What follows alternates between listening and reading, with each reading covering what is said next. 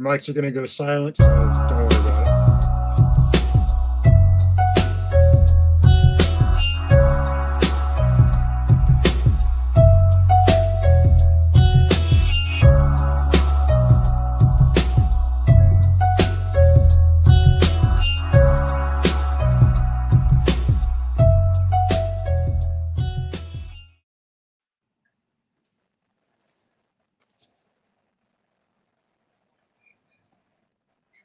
Everybody, welcome to the latest episode of the Vito x DINO podcast. This is episode 83.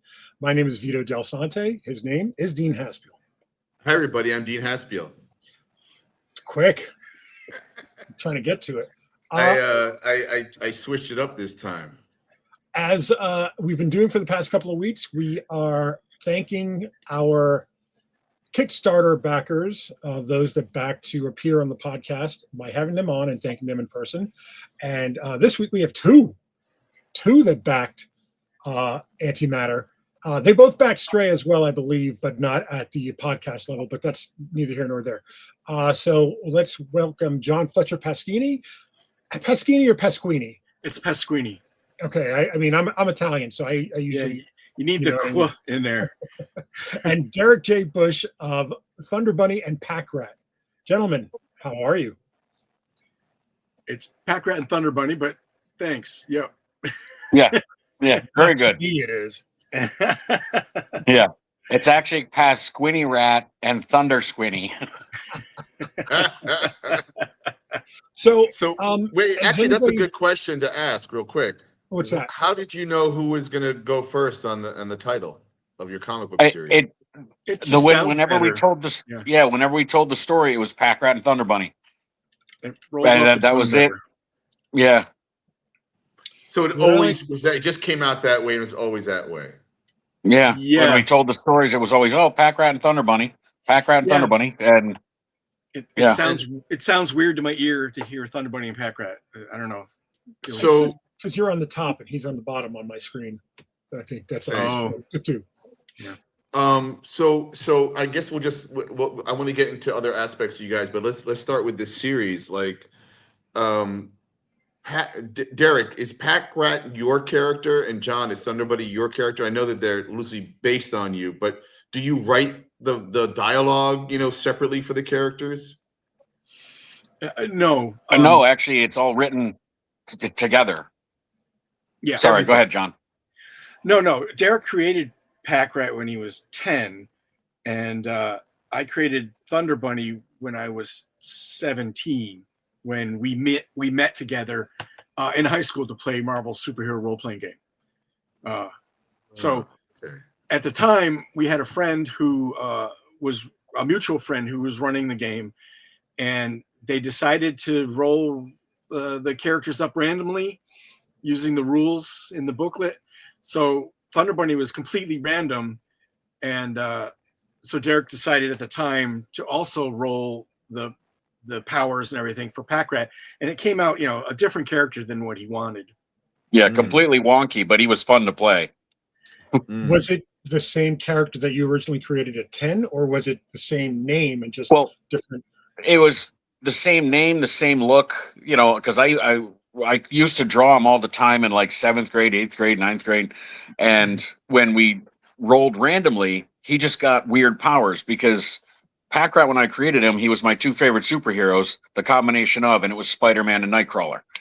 Because, he was, acrobatic, jumpy, strong, wise guy. He had the tail and he was covered in fur. It was everything I wanted to be. And when we did the random powers, it was just crazy, and so that's why when we did the book, we decided, wow, there's different universes. Derek, I can see that you have fur on your face, but did you get fur on your tail as well? I did. There is some fur back there, yeah. Okay. I try to keep it shaved, but I've let it go. I've been lazy. So let me ask a question. Here's the weirdest part about this episode is going to be the fact that I feel like, speaking of alternate universes, that John and Derek are the alternate universe Vito and Dean. Like In a way. like I can't put a finger on it, but there's just like there's something there that just I makes like me it. think, And I'm the cop. All right. I want to be the cop.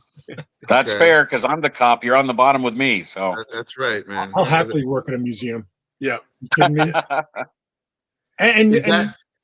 go ahead, Dean. What was that? I was saying, John, you work in a museum, right? Is Yeah. that? I'm an archaeologist. I've been working at the New York State Museum doing archaeology since 1992. So it's 30, whatever it is, 4 years now. Sure, yeah. And then how do you do the archaeology from your job? Like Uh, Indiana, well- Jones, right? well- You're not doing Indiana Jones. No. I mean, no one really does. You know, Oh. everyone deals with Nazis on a daily basis, but you know, That's I mean, but they are everywhere. yeah, no, That's- so my That's specific- everyone's job. Yeah.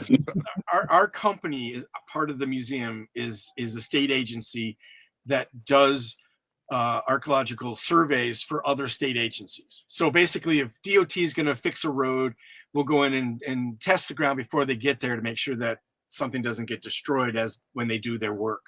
But my specific job is I run the lab. So every artifact that the crews dig around all around the state, they come into the lab, and my job is to identify everything and write a report of what it is and the age and all that stuff.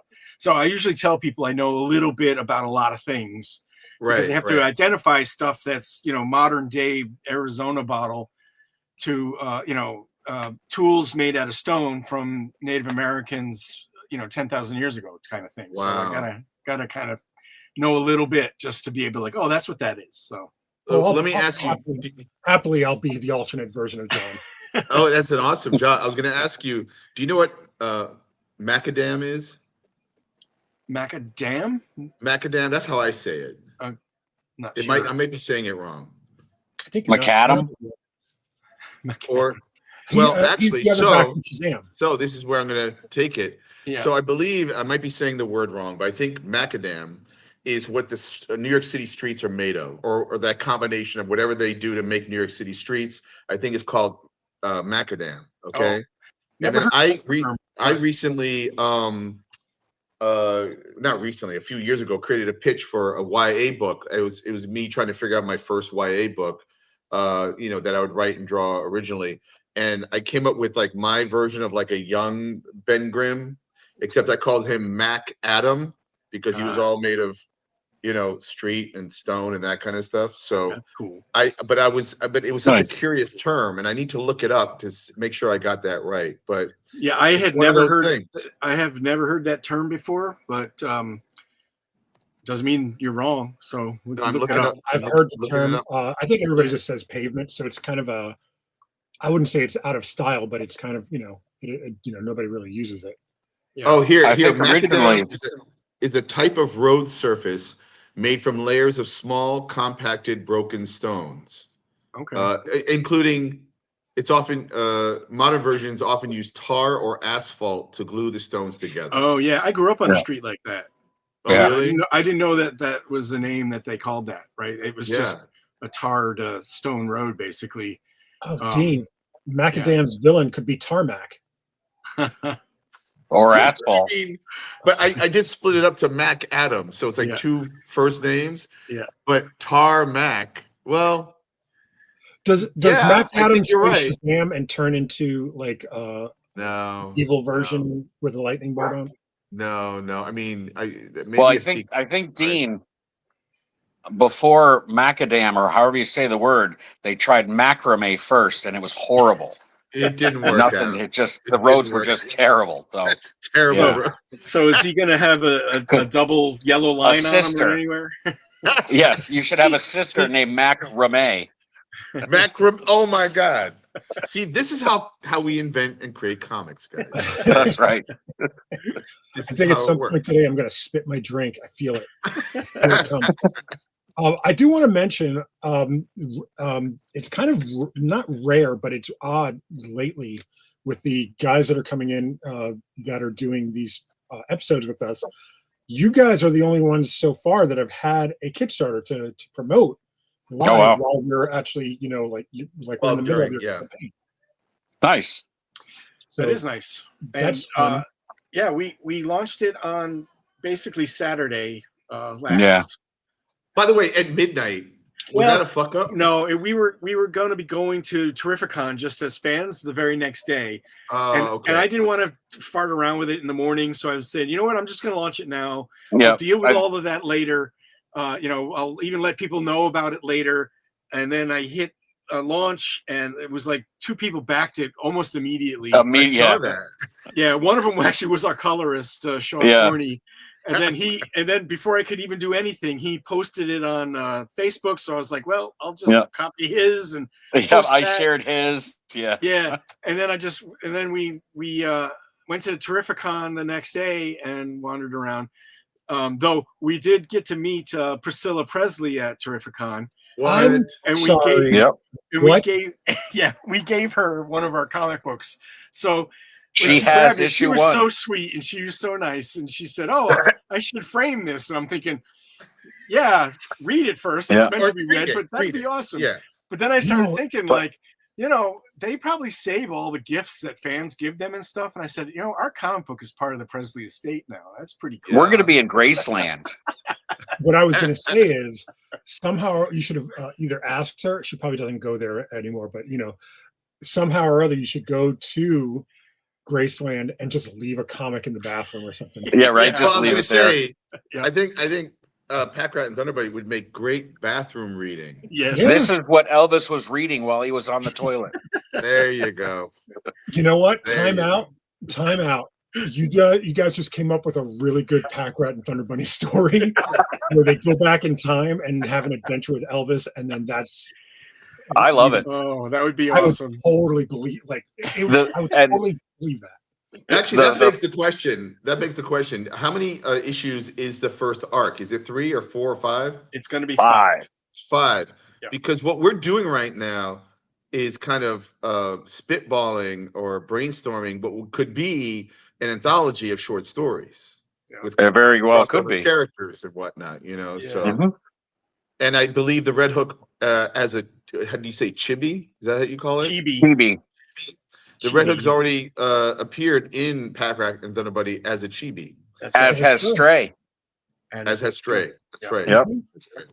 Yeah. So tell people about this comic book, like the origins of you guys.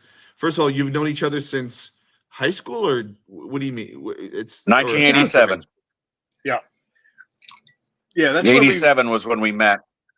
We ran into each other a few years earlier. But didn't know it. I don't know how old we were. Yeah, but we didn't know it. I had a friend that used to get into BMX bike racing, and up at our local school there was a pile of dirt, and he was taking his bike and jumping off the pile of dirt, and something happened where all the local younger kids started lining up, and he was jumping over the kids, and that's where Derek was. And I was the very last kid. All the I'm time. like, We had a new kid, Derek would be the last one. And I remember, I didn't remember this until Derek was talking about our friend. His name was Rob. And I was like, wait a minute. I was there in that parking lot. I didn't realize that was you. Because when he jumped that 10th kid, that final thing, I was getting all nervous thinking, oh my God, he's gonna land on the kid. We're gonna get in trouble. And sure enough, he had to kick the bike out from under him. Yep. And to not let the bike land on the kid, and that kid was Derek. That kid was me, and I was like, that was awesome. Yeah. And you had no idea, Derek. You're like, yo, that's how it goes. You know what? You could do a memoir called The 10th Kid. I mean, what a great title. I like that. Goodness. Yeah, The 10th Kid. That'd be a great title for your autobiography. That's right? So cool. Yeah. Mine would be I'm a nursery school dropout. Because I quit nursery school like 6 weeks before it ended, I think. Or what? 3 weeks. Yeah. I just didn't want to go anymore. And I told my mom, I said, I just don't want to do this. And she kept Who wants to sing these songs all day? She kept saying, bribing me with the next thing. And it was like, if you stay in, they're going to have pumpkin picking at the pumpkin patch. And I said, no, I don't want to do it. And she says, you know what? I'll let you do it. But next year you're starting kindergarten and you can't quit that. And I said, fine. But I had other friends that I grew up with, and they were like, "You owe us 6 weeks," you know. Wait a second. I got that all wrong. I thought you were trying to become a nurse, and you went No, to nursery school. Not nursing, nursery. dropout. I dropped Oh out of my nursery God. school. Nursery school. Because I was just going to make an analogy how, like, I don't know how many years or months or weeks one needs to go to nursery school to learn to become a nurse, right? Yeah, no. Well, But I was going to I say, think I think once John learned how to give a prostate exam, that's when he dropped out of nursing school. I mean, that's That's hello. right. Exactly. I don't do Exactly. butt stuff. Sorry. And back I'm then out, it wasn't like, I don't even know what finger they used to check, but it was his This little is going to baby be hand. a 7-hour show, people. Buckle up. That's right.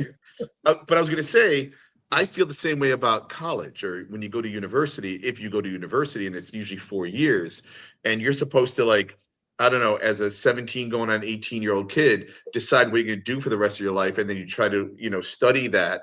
And then by senior year, you're like, and you're graduating, you're like, I don't want to do that anymore. Everything I just learned. I want to do I something dropped else. out of college in sophomore year. I dropped out.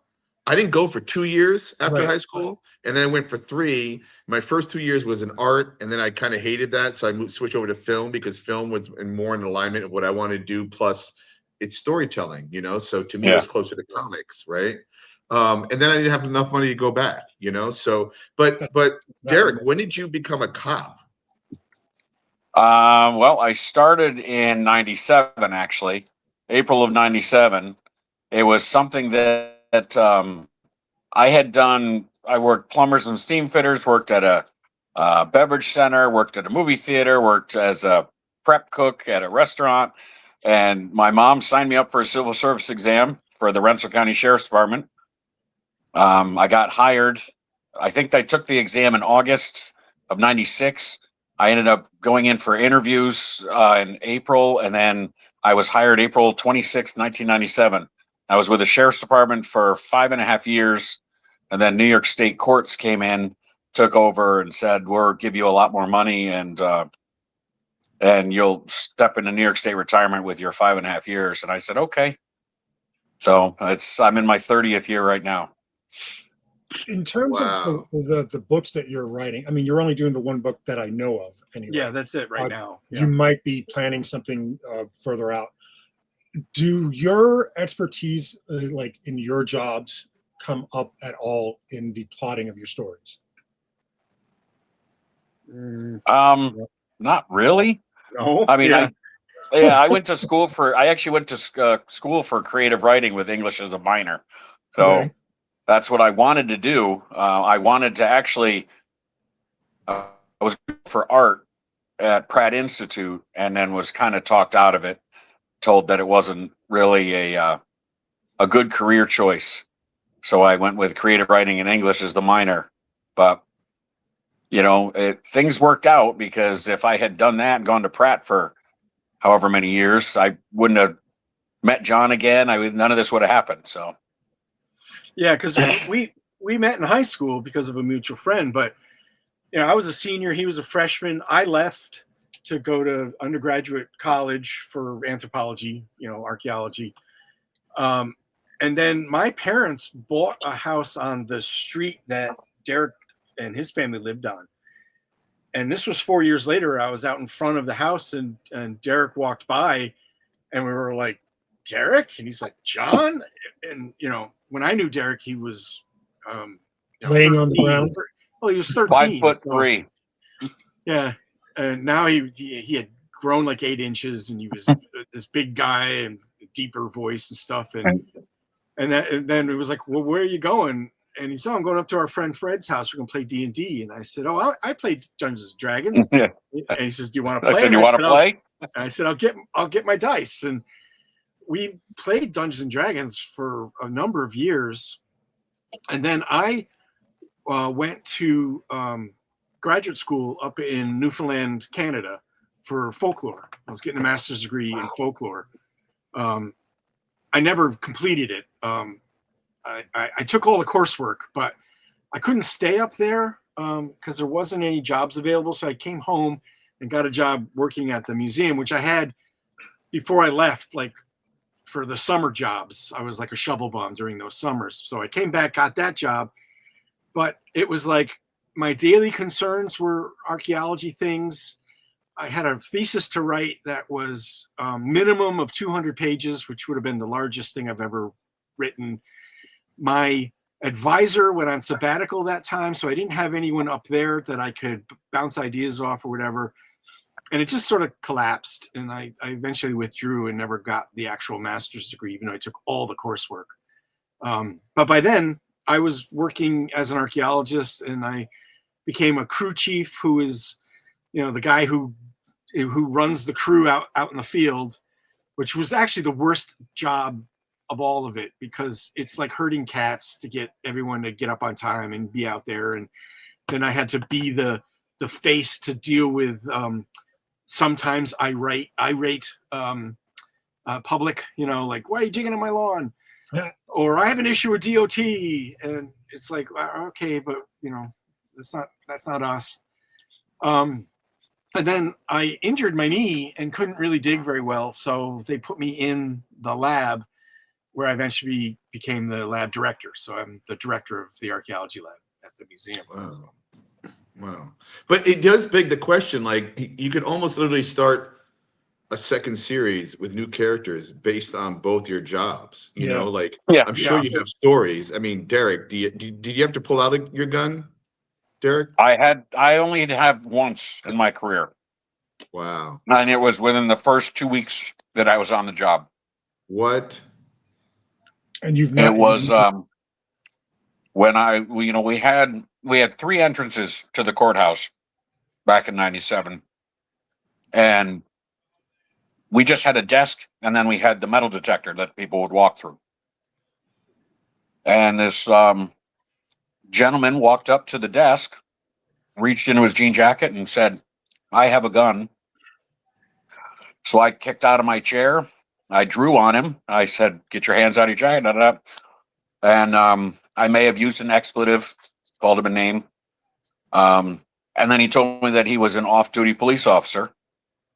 And I said, "Why didn't you start that?" So then he wanted to talk to my sergeant. My sergeant's like, I call my sergeant, and he comes in. He goes, "What's going on?" I said, "Why don't you tell him?" And he said, "Oh, well, I came in and I identified myself as an off-duty police officer." And I said, "All right, if you're going to tell stories, I'll tell it." I said to my sergeant, I said, he walked up to the desk, reached into his jacket, and said, "I have a gun." And my sergeant looked at him and goes, "Is that what happened?" He goes, "Well, yeah, that's how it happened." And he goes, "And he drew on you and called you a name?" And he goes, "He did." He goes, "Well, you're lucky." He said, "Derek's only been on the job for a couple weeks now." He goes, "He did that." He goes, "I'd have put 2 in your chest." Ooh. So, yeah. Nice. Damn. Yeah. But that's incredible that you, after whatever training it takes to like hypothesize having a gun on your hip, and I wrestle with this idea constantly, to the point where I'm writing a story that's deals with the concept of philosophy of guns. And in fact, I actually shot one or several of them earlier this year in Florida. A friend took me to a shooting range. He had guns. And, if I'm going to write and draw comics or stories that involve guns, I might as well know what it feels like to shoot one, And that power in your hand is terrifying. And It is very terrifying. Such great responsibility. But for you, 2 weeks in, to have to draw your gun, to instinctively draw your gun, or whatever it is that you're trained to do, that's incredible. The fact that you even did it. I don't even remember to honk when I drive my car, to use the thing, the what's it called? The honk system, whatever. The horn. The horn, like, what kind of I New York forget it art? exists, Well, that was my sergeant. He told me, he goes, "Well, you got it out of the way early." He goes, "Now you know that you can do it." He's like, there was no, he even asked me, did he hesitate? He goes, "Because Derek can draw pretty quick." And the guy goes, "Yeah, it was fast." So, but yeah, and my heart was hammering. That took, a good couple hours after that. I was just like, ooh. But, of course, that's wild. But I haven't had to do that ever since. That was it, just the once. Wow. So to get back to your original question, we when I was in Newfoundland, right? This is in '92, so keep in mind there's no internet. I mean, there was, but it was like only between colleges, Right. and Right. you know, no one had cell phones. Everything was landline. You had to pay for long distance, and paying long distance to a foreign country was astronomical. So Derek and I started writing snail mail letters back and forth to each other, and you know, it started pretty quickly, if not in the first letter, where we just referred to our D&D characters as if they were real people. And we're like, oh, I ran into so-and-so and this crazy thing happened. And then he'd return a letter or I'd return the letter and we'd move the story along. And, you know, I was there for 2 years. So by the end of those 2 years, we were writing literally 20-page letters back and forth just about our D&D characters and moving these stories along. We never asked how we were doing. We never said, No. you know, how's it going up there? What's happening in school? Yeah, that was like the first letter. We did that. We did Yeah. the niceties and pleasantries, and then it was no. It's oh yes, I was hanging out with Killian the other day, or you know. Yeah. So Yeah. was it part of a campaign that you were just keeping going, or was this just a No. separate thing? No, it was stupid, crazy, funny stuff. Like we had undead Yeah. pickles and weird shit going on all the time. But then one day Derek writes that he was in his backyard and this pink meteorite crashed into his backyard, and when he went to go investigate, standing in the middle of the crater was PACKRAT and Thunderbunny back from the moon, because we had played a game where the characters were up on the moon fighting, which is actually in issue Right. 1 of Yeah. the comic. And Issue 1. you know, by him doing that, it brought PACKRAT back, or PACKRAT. Well, no, PACKRAT was already there, but it brought Thunderbunny back into Right. our sort of daily lexicon. And then Yeah. we talked about it for a bit, and I think it was around 2014 that Derek had gone to probably Philadelphia, right? Yeah, I think it was Philadelphia at that point. But he came back with Could a have been commission Baltimore. in 2014. Yeah, maybe. Yeah, because that's up to like 20 something now. Baltimore. Yeah, maybe it was Baltimore. But he came back with a commission by Chris Uminga of Thunder Bunny. And first off, he did two things. He showed Chris a photograph that I had given Derek, because when I was a freshman in college, I got too close to a backhand of a racquetball racket and it got hit in the mouth and my front teeth got smashed out. So Oh. I had implants, but then they got loose and fell out. So eventually I got a bridge put in, and they put in a temporary bridge while they're making the real one.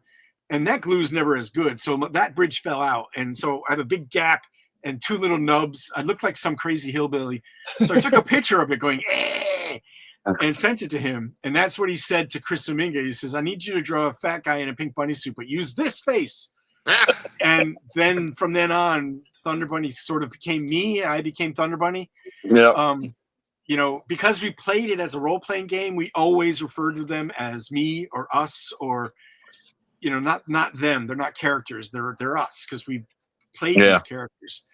But then in 2014, when he gave me that commission, I had collected comics up until about 87 or 88, because I went off to college and a couple things happened. One, I lost any source of me to buy comics, you know, the stores and the flea markets that were nearby me, because there might have been comic shops around, but they were a distant city away. I couldn't get to them easy.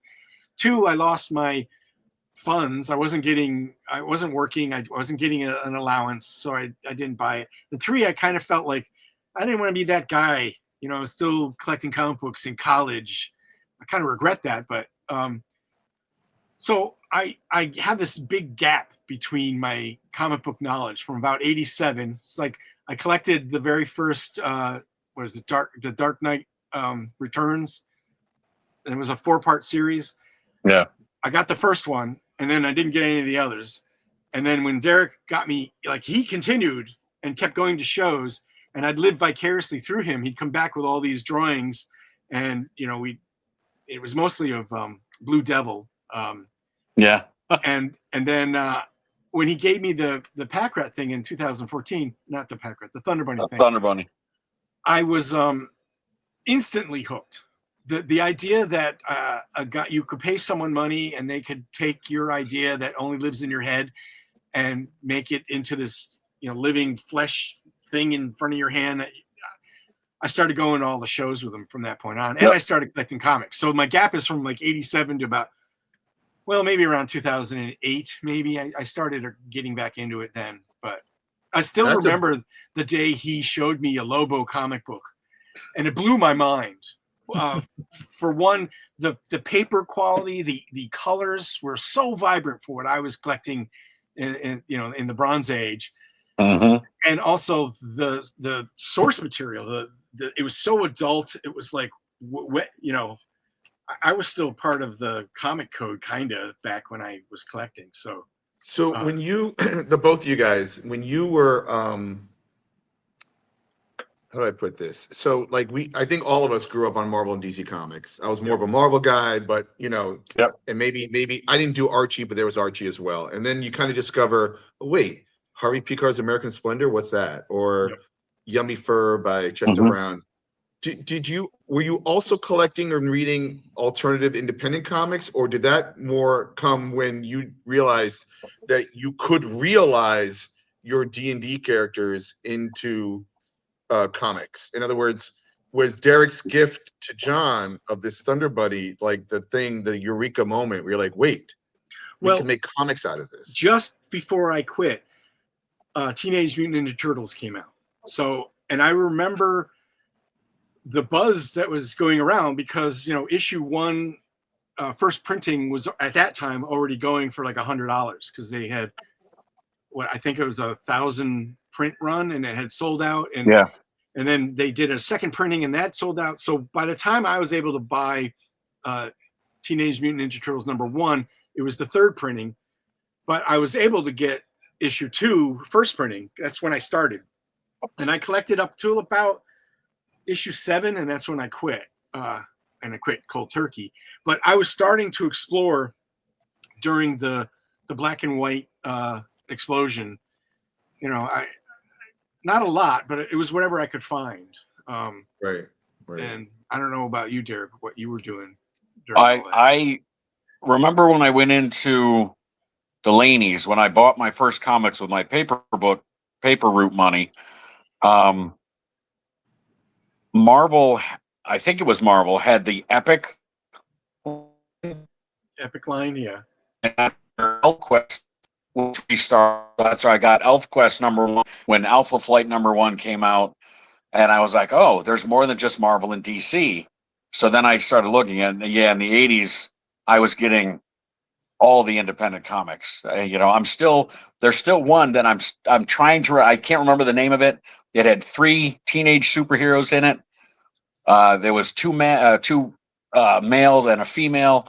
The one male, his name was Chance. He had a gun that was attached to the side of his body, like via a cord it was attached to him.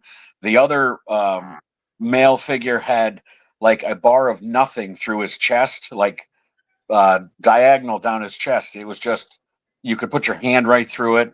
And then I don't really remember the girl's powers, but I only had the first issue of it, and they fought like this giant mass of cockroaches. And it was along the lines of like Teenage Mutant Ninja Turtles or adolescent radioactive mutant hamsters, when they were doing all these things like with the big 4-word titles. And it was one like that, and I have yet to find it. No one knows the name of it. I can't remember the name of it. It's not the hamster one. It's not any of the other iterations. You're not talking about Justice Machine, are you? No, I collected Justice Machine. I loved Justice Machine. But no, this was a black and white. It was an 80s. And Elementals, I collected that too because I love Bill Willingham because he did the artwork for the Drow Elf in Dungeons and Dragons, and it was like my favorite race, my favorite picture. So so I loved all that stuff. Yeah, Comico, yeah. Yep. But I used to collect all of it. Was Pacific, I think. Then there was they did like what they did Captain Victory. They did Somerset Holmes, I think, was a comic. Miss Mystic. Yes, Miss Mystic, I call. It was like 2 issues or 3 issues maybe or something like that. And then yeah, there were all Yeah, those there was great a- yeah. comics. First comics, of course, you know. Yeah, It's- Neil Adams used to do the Miss Mystic covers, and then he also had did the interior. Valeria, He did the she-bat, right, her right. And then Valera, the she-bat. He had her. Yeah, I think there was a backup in Miss Mystic that had featured a Steve Ditko yes, backup, I believe. You know, so yeah, those comics in the 80s and the 90s were awesome. And like Fantagraphics was publishing a lot of great independent stuff, you know, yep, between, you know, 8 Ball, Hate, Minimum Wage, Art Babe. I mean, just Loving Rockets, of course, you know, like yeah. so many. And then I would say most comics I read today are independent, and even more so, I think I'm getting most of my comics from Kickstarter. Yeah, like shows. it's a You know? terrible way to collect comics. It's very expensive, but that's It's all. very expensive. That's all we It do is. now. That's. Yeah, I mean, every free comic book day, we go up to a local shop run by the guy that runs the Albany Comic Con. He Yep. has a shop in Boston Spa, and on that day, his dollar bin is like, you know, you get 12 for $10, and his $3 bins are dollar bins. So I always go up there and try to fill in all my gaps when I can. But that's really all I do with the big two is fill in those gaps. I'm not buying them that often. Occasionally I'll get trades, but I'm not collecting the singles much with the big two. yeah. I mean, Vito, you're a voracious reader. I still get like Spider-Man and Fantastic Four and Savage Dragon is a more recent thing because I feel like he is in his Eric Larson's A game is being played right now before our very eyes. It's kind of crazy. I know. You know, him and Jack Kirby, right? Eric Larson. Here's the best part about how it comes up. It's like Eric Larson is, you know, like doing, you know, amazing things, and so I'm basically reading porn, and it's like it's porn. It's porn. Sorry, guys. That's okay. You know, I'm 59. Give me a break. Jesus I like, Christ. you know what, I don't read as much as I want to, but I do. There's something about discovering something new. Like I can't really like put a finger on it. It's just like finding something that, you know, is brand new or whatever, or something that people are talking about, and then it actually means something, you know, like, oh man, like I can really get into this, you know, like I think that's it's the same thing with like Dean giving me movie suggestions or someone telling you, oh, you have to listen to this album. Like it's that same mentality. Like I just like I used to work in a comic store, and I used to have this one customer that was always saying like, oh, they're just ruining everything, and they're just ruining it. It's like, you know, man, like things change. Like not only do things change, it's like your golden age is 15 years old when you discovered comics, and they're not always going to be like that. You know, like you can buy them again. You know, like we're selling them. You know, like you can't go backwards. Like nobody can go backwards. It's funny because like I think I buy FF and Spidey for comfort reasons. Like, oh, it's another issue that they don't really read and feel like obviously the Spider-Man that I first came to understand. You know, and I know we're gonna talk about Spider-Man later, but you gave Absolute Martian Manhunter a try. You know, based on and I haven't read it yet. I based that on the artwork, to be honest, and I usually don't do that. I usually buy comics for the story, meaning the writing first and art second. But the art on that was just so undeniable. And also I felt like a certain kinship because I feel like we don't see art like that in mainstream comics anymore. You know, it's almost like kind of like a psychedelic homage to the Silver Age in a way, you know? I don't know if you guys have seen this Absolute Martian Manhunter, but it looks great. I haven't seen that one. I've seen Absolute Batman and Superman and right.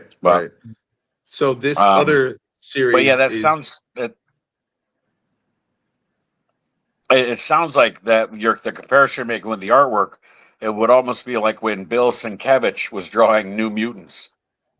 I mean, You know, it looks 'cause he different, was but just- it's the same feeling that you're talking about, like that Yeah, idea of because like, it was just like, yeah, fresh new kids, and then you have these amazing pencils, and this stuff you're going, oh my god, you know.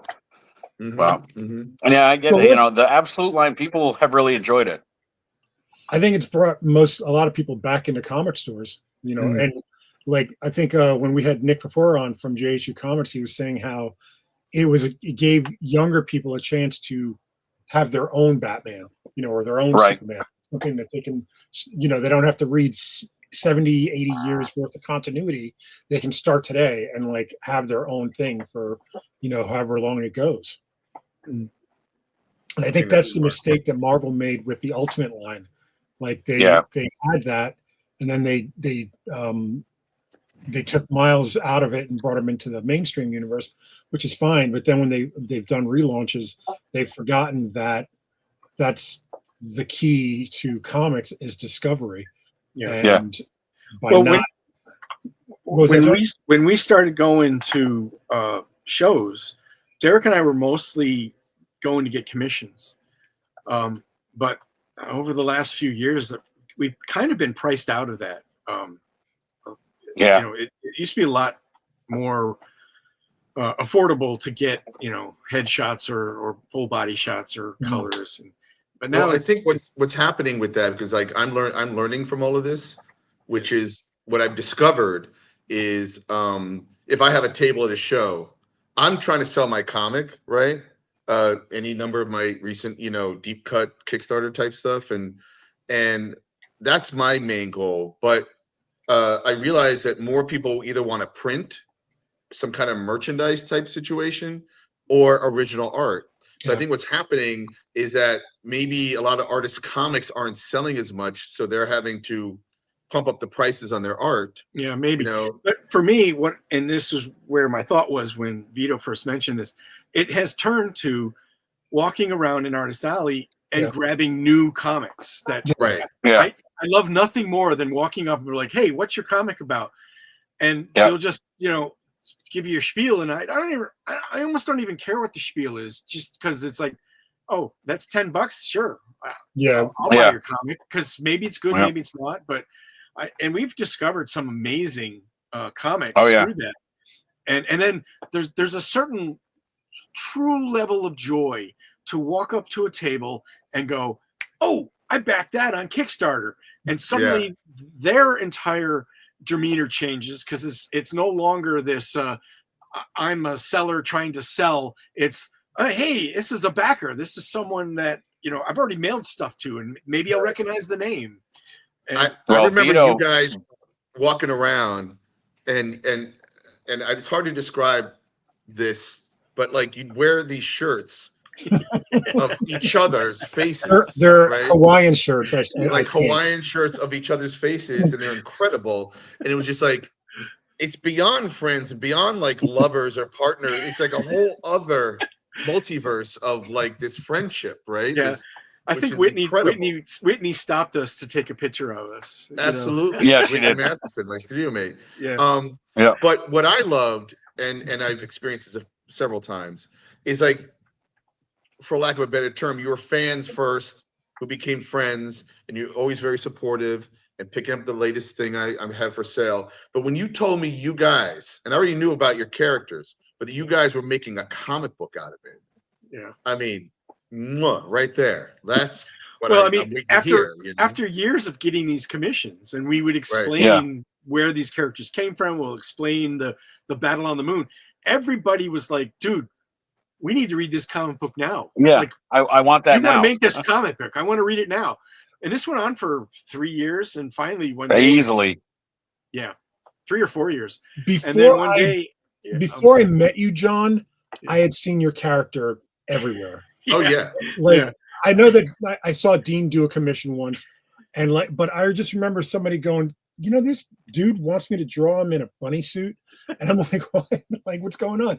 And I had never met you until many years later. I'd say 2 or 3 years later. Well, you know, when we met you, Vito, and it's actually what we were saying before. Dean sent us over to you because you guys were, you and Charlie were right behind him at the Baltimore show.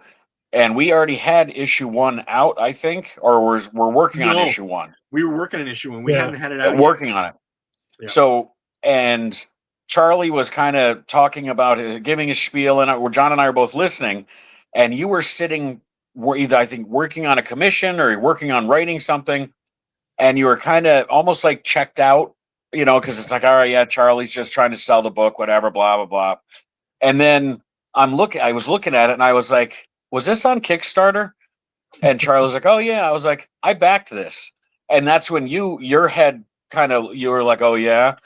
He's like, what's your name? Because I did all the rewards. And I said, oh, Derek J. Bush. And you went, what? And I was like, yeah, Derek J. Bush. And you stood up and turned to Charlie, goes, he bought everything.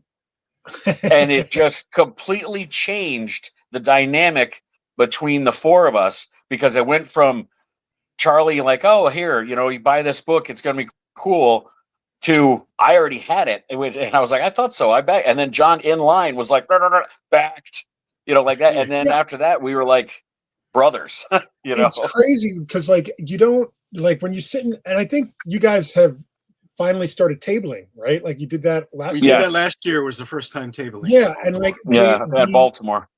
The feeling of tabling sometimes is very it's intimidating, you know, not because, you know, like you're across from Walter Simonson or whoever, but because your face is now being connected to a property or a product, and all you want to do is kind of not sell the idea, but convince someone. It's not even selling at that point, it's convincing, hey, this thing is worth your time, I promise you, you know, like, and you can use as many different words as possible to say that, but it never really feels authentic. It always feels like selling instead of like, so whenever, like, you know, you said your name, I was like, oh, this dude actually knows, you know, what he's looking at. Like, he's not just browsing and walking through, you know, and stuff. He's actually stopping because he's aware of the thing that he's looking at. So he's already invested right in your thing, and you know, I think that is like a leap, you know. Yeah, and I've seen people come up to the table because they're intrigued by the look of our characters, because we have big banners with the characters. His says Derek Jason Bush. I don't even know if it says PACKRAT. It just says creator. It does not. Writer creator, and mine is John Writer Fletcher creator. Pasquini, writer creator. But it's PACKRAT and Thunderbunny. And I see people come up and they look at our table, and then they look up at the thing, and we don't have PACKRAT and Thunderbunny written anywhere. It's just on the comic on the table, because we have a runner that's for our company called Best Bud Comics. And there's a slight light leaves their eye because they don't recognize it. And I kept saying to you, I said, man, when we get to a point where people know these characters, we're going to kill it, because people will be like, oh, I know these characters. I'm going to come up and get them. I think it goes beyond that, because you two are so engaging and so enthusiastic about the medium that, and their friendship is just, and that just comes natural. Like, it's so effusive. It just comes out of them. Like, I think, you know, if you put a camera on you guys and nobody was at the table, and you put a camera on you guys, you still would be having fun. We do.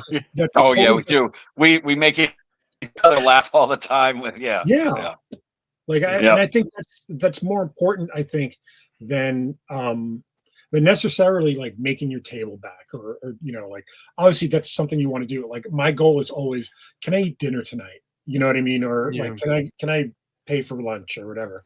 Well, you know? we're both state workers, so we're close to retirement. We'll have a state pension.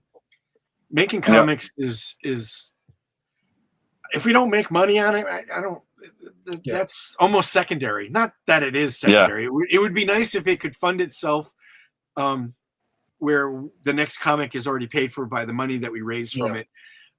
That's really the goal. But I don't need to be or care to be wealthy from doing comics. I just enjoy doing this, and I think Derek is the same as well. I feel exactly the same. How did you guys go from, you know, you said you drew your characters, and then you're getting commissions or drawing the character, and then eventually you're like, I'm going to make a comic book here. We're going to tell this story. How do you choose an artist? You got Nate Lovett, I think, right?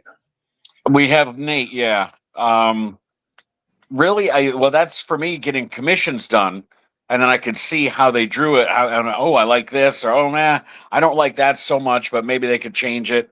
But yeah, I mean, we had a couple, and things didn't work out, but Nate has just been absolutely killing it, and I think honestly, issue 3 is some of the best that I mean, it's just every issue has been great, amazing.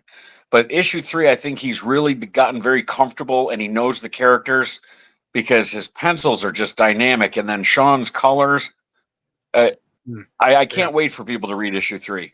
Yeah. And yeah, right there's a link right down there. You can. And there's the link right below us. Yeah. Yeah. And I think it's because Nate got invested. When we were tabling last year, we only had issue 2 out, and we went over to have him sign a bunch of comics so we'd have them on hand where, it wasn't just Derek's and my signatures. We had him and Tom Zoller, our letterer, sign it. And Nate was all like, all right, when's the next one? Let's get moving on this. He was super excited by it. That's cool. Yeah. And, when we got him the script, he actually wrote back like stuff that I had forgotten. It was like, does Thunder Bunny have a beard here? And I was like, oh, right. No, this would have been earlier. He doesn't. Right. Because I didn't have a beard in high school. So then we do a flashback on the moon, which happened when we were in high school. We made sure that Thunder Bunny didn't have a beard. Right. Because he's now me because of Derek. So thanks for that. You're welcome. Would you have chosen a different look for him if Derek hadn't done that? Honestly, I never even went that far. Like once I saw the beard on him with glasses, I went, "Oh yeah, that's right. Yeah, that's right." And then I got a commission done by what's his name? Gary Brown. Ryan Brown. I was stuck on Robert. I'm like, this isn't right. No, Ryan Gary Brown. I did a commission from him, and he put googly eyes on the head, and I went, oh yeah, that's definitely part of the character now because that's freaking awesome. Because before it would be like, oh, just give me a fat guy with a pink bunny suit with a beard and or use my face and put a lightning bolt on his chest, and then a carrot lightning bolt. Not even. No, it was a regular when it started. It was it was just a lightning bolt. That's right. But then in 2015, as we're walking through, one of these vendor boxes, Derek's like, "Hey, dude, you see this?" And he pulls out Thunder Bunny comic book. Apparently, there was an indie comic creator made Thunder Bunny, where it was an anthropomorphic rabbit, and he dressed just like Captain Marvel of Shazam. And it was a kid that turned into the rabbit, and I was like, "Oh crap! Like, are we even allowed to use that name?" And I eventually went to a lawyer, and it didn't really help, but because it wasn't a comic book IP lawyer, but right, her advice was like, "Well, then just change the name, like Thunder Rabbit, or put a hyphen or a space." But then when you look at every cover of those original Thunder Bunny comics, he uses every iteration, and I was like, well, but then I typed in comic book copyright law, and the very first link that comes up is from the U.S. government, and right in the first paragraph it says you can't copyright the name of a character. You can copyright the look. A trademark is something completely different, but with copyrights I could still use the name. And then I said, after talking with a lawyer, I said, well, if we get sued, that means we're doing something right? That the people of that family, because the guy has died a few years ago, I think. The creator of the original, the first Thunder Bunny. Yeah, I think he died a couple years ago now. Yeah, he might have died before COVID. I'm not sure, but yeah, I said, if they come looking for us, then it means we're doing something right because they'll want a piece of that sweet Thunder Bunny money. Is right. And I told John an easy fix was just to put the emphasis on a different syllable, so he was Thunderbunny. Thunderbunny, yeah, it's not Thunder Bunny, it's Thunderbunny. Thunderbunny. I love that. Yeah. But that's curious. But I'm stuck on one thing. You're saying that you can't copyright a name, like you can't copyright Thunder Bunny. Like, what about Batman? I could copyright his look. right? Right. And but I mean, I don't know how that really holds up in law, right? Yeah. Right. Because if I came out with a Batman character, but he doesn't look like anything like Batman, he's just called Right. Batman, I might get away with it. I don't know. That Yeah, he's armed with probably baseball not. bats. Probably not.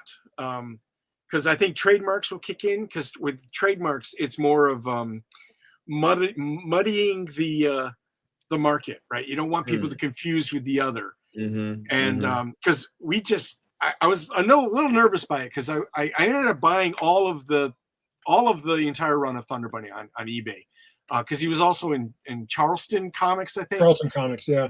Charlton. Right. Yeah. So I bought all of them, every appearance that I could find, and I got everything just so I wouldn't duplicate anything. That's why I got rid of the lightning bolt, because he has a big lightning bolt on his chest, and I just said, well, let's do it. It's a carrot that turns into a lightning bolt. Yeah. And then there's Captain Carrot. Yeah, which I had heard anecdotes that it was like DC wanted to use Thunder Bunny. I might be wrong in all this, but the guy Martin that created it, I can never remember his last name. He said no, he didn't want it. So then DC made Captain Carrot and the Zoo Crew. Yeah, and the Zoo Crew. Right. You know, Marty Grime, is that his name? Grime? Yeah, yeah. I think so. Captain Carrot is created by Roy Thomas and Scott Shaw in 1982. Yeah. So, yeah. So, but something like that. Oh, sorry. Go ahead, John. No, go ahead. I was just going to say something like that happened with the Super Friends, where they wanted to use Black Lightning on the cartoon, but the creator said no, so they created Black Vulcan, which was basically Black Lightning. And I think that copyright law, I don't know for sure, but it makes sense to me. I think that came out because you had Captain Marvel, who is Shazam in DC, and Captain Marvel because they were Marvel Comics. And they probably fought it out, and then they finally decided, look, you can both have Captain Marvels. You can't copyright it. Right. The thing is, you can't copyright an idea. You can trademark an idea.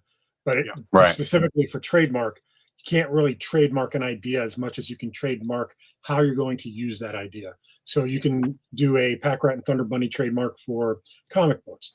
Then you'd have to get a separate one for action figures, and you'd have to get a separate one for video games. Yeah. That's how trademark, generally works. Right. And in some of those comics, on those covers, it says TM after Thunder Bunny. But I've gone on to the trademark, U.S. trademark pages, and I can't find a single evidence. Well, not even that. Even the lapsed ones show up. Because there was at least 3 or 4 Thunder Bunny trademarks, and 2 of them were already dead. One was for a car by Mazda, nice, called Thunder Bunny, and another one was for some sort of chemical lab or something like that. So Thunder Bunny now in your comic needs to get a Thunder Bunny car and work in a Thunder Bunny lab. That's right. It'd be the Thunder Bunster. Maybe he just did what a lot of indie folks do: is he just wrote TM next to it. Yeah, that's what I'm thinking. Yeah, that he did, which is fine, but that's not how trademarks work. Right. Exactly. So what are we selling today? I'm going to say.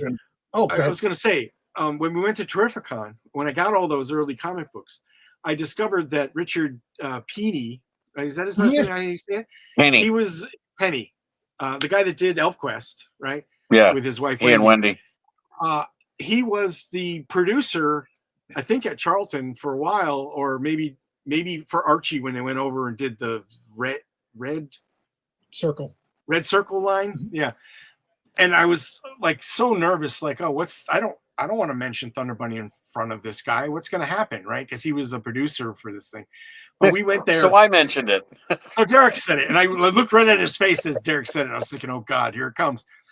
And his first thing was, oh, is that Martin's thing? And we're like, no, it's completely different. I said, oh, do you want to see the comic? And when I showed it to him, he was like, oh yeah, this is nothing about it. And he said, this looks great. We gave him a copy, and we gave him issue 1. More at peace. Like if that was going to be a barrier, it was going to happen there. If there was going to be a barrier at all, it was going to happen there. But he didn't seem to bat an eye, so I feel safer, I guess. But again, I think we probably couldn't avoid a lawsuit if someone wanted to do it, but I don't think they'd win it because you compare the two, there's no way you're going to confuse these two characters. Right. No. Right. And we also said to Steve Conley, the guy who designed our logo, I said, I want the logo done in such a way that they're merged and sort of blended together so that it's not just a Thunder Bunny comic book. It's a PACKRAT and Thunder Bunny comic book, and that logo is always together. Yeah. And he did a great job with that. So, I'm just trying to emphasize that it's the two of them together. Yeah, the only thing I added to our logo was the tail. Was PACKRAT's tail going around the Thunder Bunny ears and in the Y. Yeah. So So I wonder, like I keep trying to get to this, like I want to like sell the Kickstarter a little bit, to folks. So tell us where we left off in issue 2 and tell us what we can expect in issue 3. well, And issue the 2 Kickstarter is for 1 through 3, right? Like it's for all 3? it's it's for issue 3, but you can get 1, and 2 as well. Yeah. And for what it's worth, we'll let Derek explain it, but for what it's worth, when we made the campaign, you can see stories so far, and I took panels from both books, and it's a good little summary. Nice. For anyone. Yeah, it's a great little summary. Yeah. But yeah, no, the menagerie comes back and gets their revenge on PACKRAT and Thunder Bunny. Both of them, Thunder Bunny was knocked unconscious by Rhinoceros, and then Crocodile and Kangaroo just opened up a can of whoop on PACKRAT, and it's my favorite thing. Yeah, my favorite thing was that in issue 2, that the panel, it was a 2-page spread of the fight between PACKRAT, Kangaroo, and Crocodile, and it is literally my favorite thing that Nate has ever drawn. I want to make it into a poster because John and I didn't even want to put words on it because it was just so amazing. We just said, just do this. There's going to be a fight scene. Do it how you want. And it blew me away, blew John away. So they end up both getting knocked out. PACKRAT is over the shoulder of the menagerie because the zookeeper wants to fix him, make him more rat-like. They didn't want Thunder Bunny because it was just a fat guy in a bunny suit. So then Limelight comes back in. She was introduced in issue 2.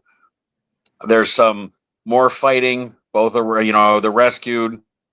We introduce a new character, Slingshot, who's a speedster.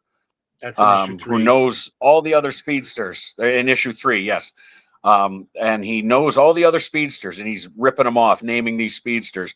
And then he points to Thunder and he says, but I don't know you. We need to race. So but it's going to be a very fun comic. I think it's some of the best that John and I have done. And it's some of the absolute best that Nate and Sean, like I said, their pencils and colors. Oh my God. It's just outstanding. Yeah, they're killing it. Sounds great. So the underlying mystery that started in issue 1 is that these guys are best friends in superheroes. It's just PACKRAT doesn't know who Thunder Bunny is, and Thunder Bunny's acting as if they've been friends since they grew up together.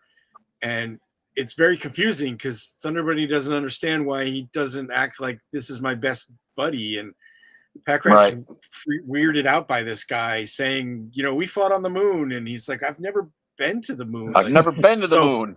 So in issue 3, we will finally get the answer to all of that. And then issue 4 is going to be a madcap, crazy Looney Tunes, supersized story. I can't wait until we can get to that one. And then issue 5 is going to sum it all up. Yeah. Issue 4, you may see recurring characters from issue 1, like, I don't know, Red Hook, Stray. They may pop back up in issue 4. Yeah. It's fine. Yeah. Yeah, it's funny because every time I hear about all the characters you're talking about from your series, I keep thinking about Charlie McKelvey's Spider Squirrel and Trash Panda. Like so many of these great characters that we all have. Yeah. I mean, me and Vito always are talking about the tentacles and threads that come, Well, from... I tell you, we met Charlie that time, and I've said this before. I mean, talking to Charlie once that whole exchange happened where Derek said, I backed you before, and then I backed at that moment, it was like we instantly became brothers. I mean, I have not had an instant friendship with someone. I mean, it must have taken 40 seconds at most from the moment Dean said, hey, you need to check out the guys right behind me. You need to check out the guys behind me. After we told the whole story to Dean sitting there, after I bought, your Red Hook and your, what was it? The cat one, or is that what it was? What was the other one? Yeah. How many years ago was this? It would have been. I would been in 2019, right? No, earlier. I think it might have been 2017. Okay, 17 probably, or because we didn't do 18. That's the one we didn't. We both. Maybe it was the Fox. It might have been. Oh, the Fox. Yeah, the Fox. It was the Fox. It was the Fox. It was the Fox. And I Red bought Hook that from you, and then Red Hook, and then we went over to Charlie, and then within certainly within a year, Charlie did Spider Squirrel and Trash Panda #3, and put PACKRAT and Thunderbunny on the cover. We were on the cover, and I was stunned by that because we haven't even had the book out yet. I think that's out. That predates us. So would that be the first appearance? Yeah.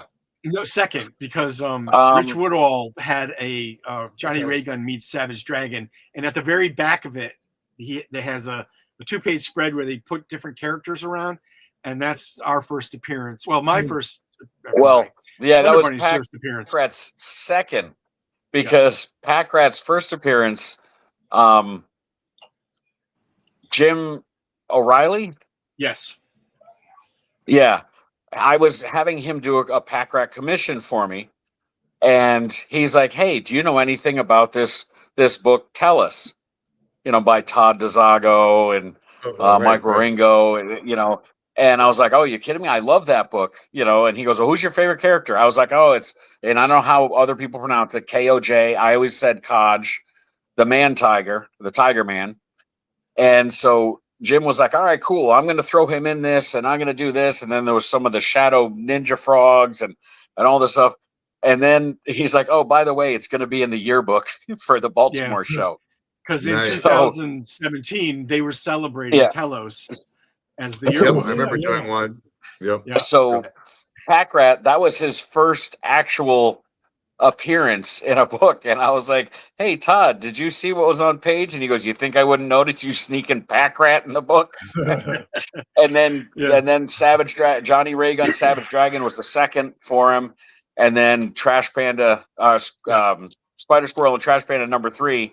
And the funny thing, and John and I didn't realize this, was when we looked at the cover and Charlie put all the names in there, he had created all those other heroes. The only ones that he didn't was PACKRAT and Thunderbunny, and it was like, oh, and it had our name on there. And the artist, because he was like, who are these guys? If you look at the hero behind PACKRAT and Thunderbunny, you can kind of see in between. He's got fingers pointed at both of them with a face like, who are these guys? And it was like, it was hysterical. Yeah. That's cool. Yeah. So ultimately, would you say that the series ultimately is about friendship, right? Yes. Yeah. Yep. Even though one doesn't remember being friends with the other. It's not just friendship; it's about relationships, and you'll see this come to a head in issue 4, in a major way, and major way. Yeah, and it's going to be really cool. We're excited by it. Yeah. And do you have ideas for another arc? We do. Yeah. This? Oh yeah. Yeah. Oh yeah. Yeah. In fact, I had a short. Yeah, but it's an arc that we're going to do it in such a way that they're going to be jumping from multiverse to multiverse type stuff. Yeah. And we're going to get a lot of our artist friends, probably you too, Dean, at some point, to draw one of the worlds, right? So it's probably between 2 to 4 pages per world. Right. And then we'll just get all the people that we ever wanted to draw this with us to do this. So that's cool. Yeah, and it's going to be crazy stuff. Like tell them the world about the mustaches. Tell them that. That's what I was just going to say. There's one world where everybody, every animal has a mustache, and since Thunderbunny has the beard, his rabbit head will have the mustache. Amazing. You know, then you know we're going to be there's going to be a caveman one. There, I mean, there's a mechanical one where they're all robots. It's just we have all these ideas. That's awesome. Steampunk. Yeah. We asked Mike McCone because he did an alternate cover for issue 2. We asked him if he would do interiors. He's like, "Oh, I don't do interiors anymore." So I said, "Well, what if we just do a single page, and the world they visit is just amoebas, and you just draw just amoebas, fuzzy things?" And he says, "I might do that." So so if we can get Mike McCone to draw, there you go. So we're gonna try to work in an amoeba page. That's where it all starts, right? I mean, that's where it starts. Jesus. I want to veer soon into some topics, but I want to make sure we've covered as much as we can about this Kickstarter, which we keep saying pointing down at the bottom. But for people who are only listening, what is the official title of the Kickstarter? Well, you type in www.kickstarter.com, /projects /PRTB for PACKRAT THUNDERBUNNY 1, and then another / and PRTB with the 3. And the reason that is because when I created the first one, I didn't realize that was the thing I was going to be stuck with. So I would have not had the first one. I would have just had PACKRAT and THUNDERBUNNY, and then every one of them would just have a number after it. So, but we're kind of stuck this way. So, but literally, you can just go to Kickstarter, type in PACKRAT, and it should come up. Yeah, that's it should come up. Yeah, I was looking it up to put the link down below. But it's also PACKRAT as a single word. If you type it with a space, you won't see it. You'll get a backpack. Yeah. Right. And, and because part of the reason why we're talking to you on today's podcast is because you guys backed Antimatter. We did. Did you have? Yes, we did. did. Able to get you a chance to read it? Did you have any thoughts or feelings or? I was terrible. I'm sorry. No, Dean, your stuff is always awesome. I love your pencils. I love the smart writing. It's always everything I've ever read from you has been outstanding. So I expected nothing different. Yeah, you have not provided a bad comic at all. Yeah. You have not provided a bad comic at all. So I appreciate that. Well, I have not read this yet, though. That's the thing. Because we back so many Kickstarter projects. Oh yeah. I have stacks of books. I started putting them in short boxes. I literally have 6 short boxes of comics I need to read. Yeah, I'm right there with you, man. Plus, I have at least 2 more piles. So I know I got it. It's somewhere around. I'll get to it eventually. Right. Please do. I think well, Derek advocated, and thank you very much. And I'm pretty proud of it. And my next one will be the 2nd issue with these characters. So good. I also want to.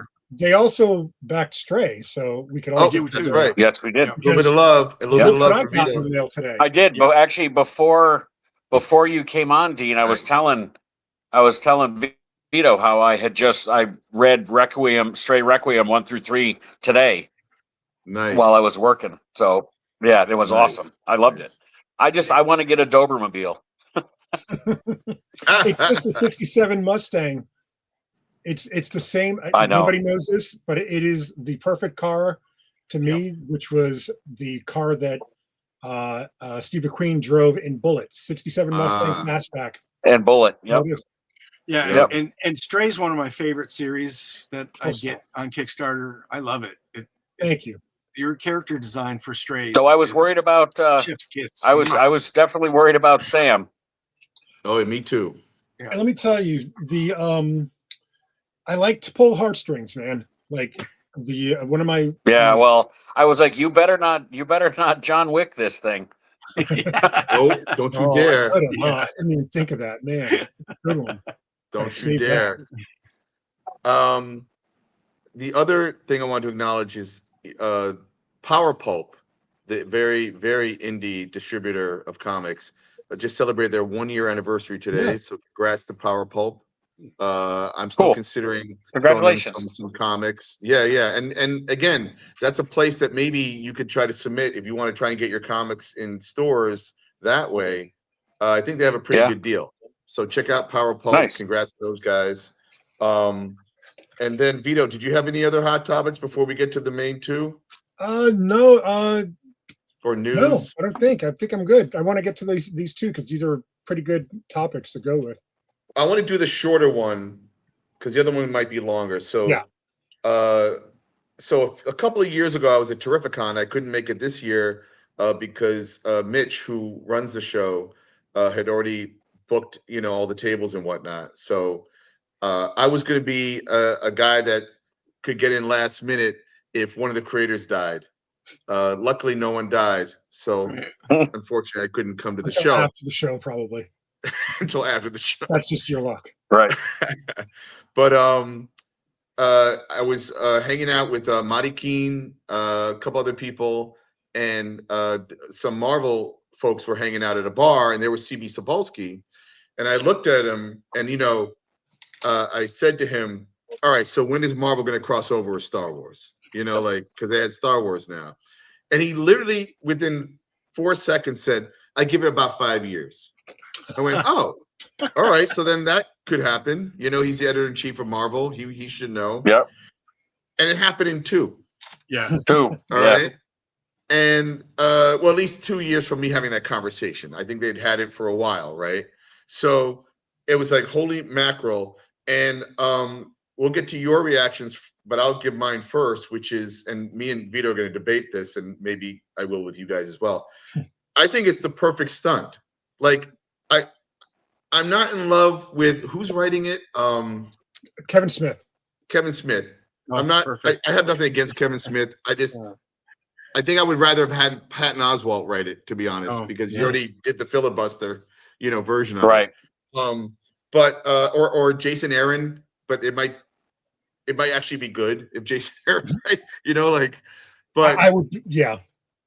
But anyway, I know a lot of people were like, "Oh, this is just a stunt. It's a money grab." Of course it's a stunt. Of course it's a money grab. But there's the kid inside that literally, the minute I heard that they're going to do Star Wars, and Marvel mashup, I became that little kid that was playing with the little Star Wars dolls that I got, back in the late 70s, early 80s, with my Mego Marvel, dolls, and I already had them punching each other in my stupid little head, So I'm absolutely going to buy this 5-issue series or whatever the hell it is. Yeah. Me too.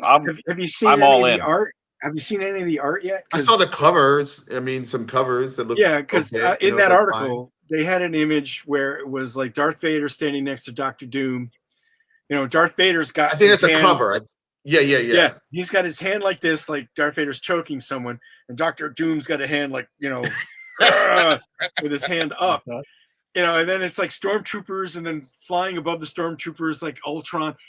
And I went, "Oh man, this actually works. This looks so awesome." I went, "Holy crap, this is really it's cool." absurd. It's absurd, but it made me such a child again. I don't know why. Like we were, Vito was talking about, or you guys were talking about the Absolute comics, and I've only bought the Absolute Manhunter, and I read the first Batman arc courtesy of Vito, but I haven't bought it. And congratulations to DC and all the people involved for doing this and kind of pumping new blood into these characters and having some fun, like in a bootleg kind of way. That's how I see it.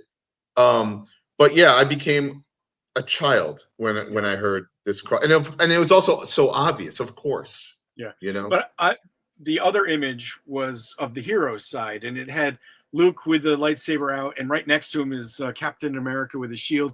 And immediately I'm like, can Captain America's shield stop a lightsaber? I'm already thinking this, Yeah. Absolutely. And they're going to ask and answer those questions. And then they'll ask some questions they can't answer, and that's okay. And it's goofy as hell. And there was a movie, and then I'm going to get to Vito so he can gripe. There was a movie that starring Ryan Reynolds called Free Guy. What is it? Free Guy. That was the name of the movie. Yeah. Free Guy. Right. Have you seen this, Vito? Yeah. Isn't there a scene with like a lightsaber and a Captain America shield? A lightsaber. Yeah. Yeah. Right? And then it shows Chris Evans go, "What the shit?" That's right. That's right. Oh yeah. And there's this great moment where you're like, "Wait, what just happened?" suddenly you start thinking about this, right? And now, of course, they're doing it. And Vito, what do you think? I'm 53 years old. I'm probably the right age to have been influenced, maybe. I don't know if what the word I'm looking for is, but like it's definitely something that I definitely could have been. You mentioned Migos, and to me, I actually had. I was a little bit older, a little bit younger. I mean, so I had Star Wars figures, GI Joe, Superpowers, and Secret Wars figures.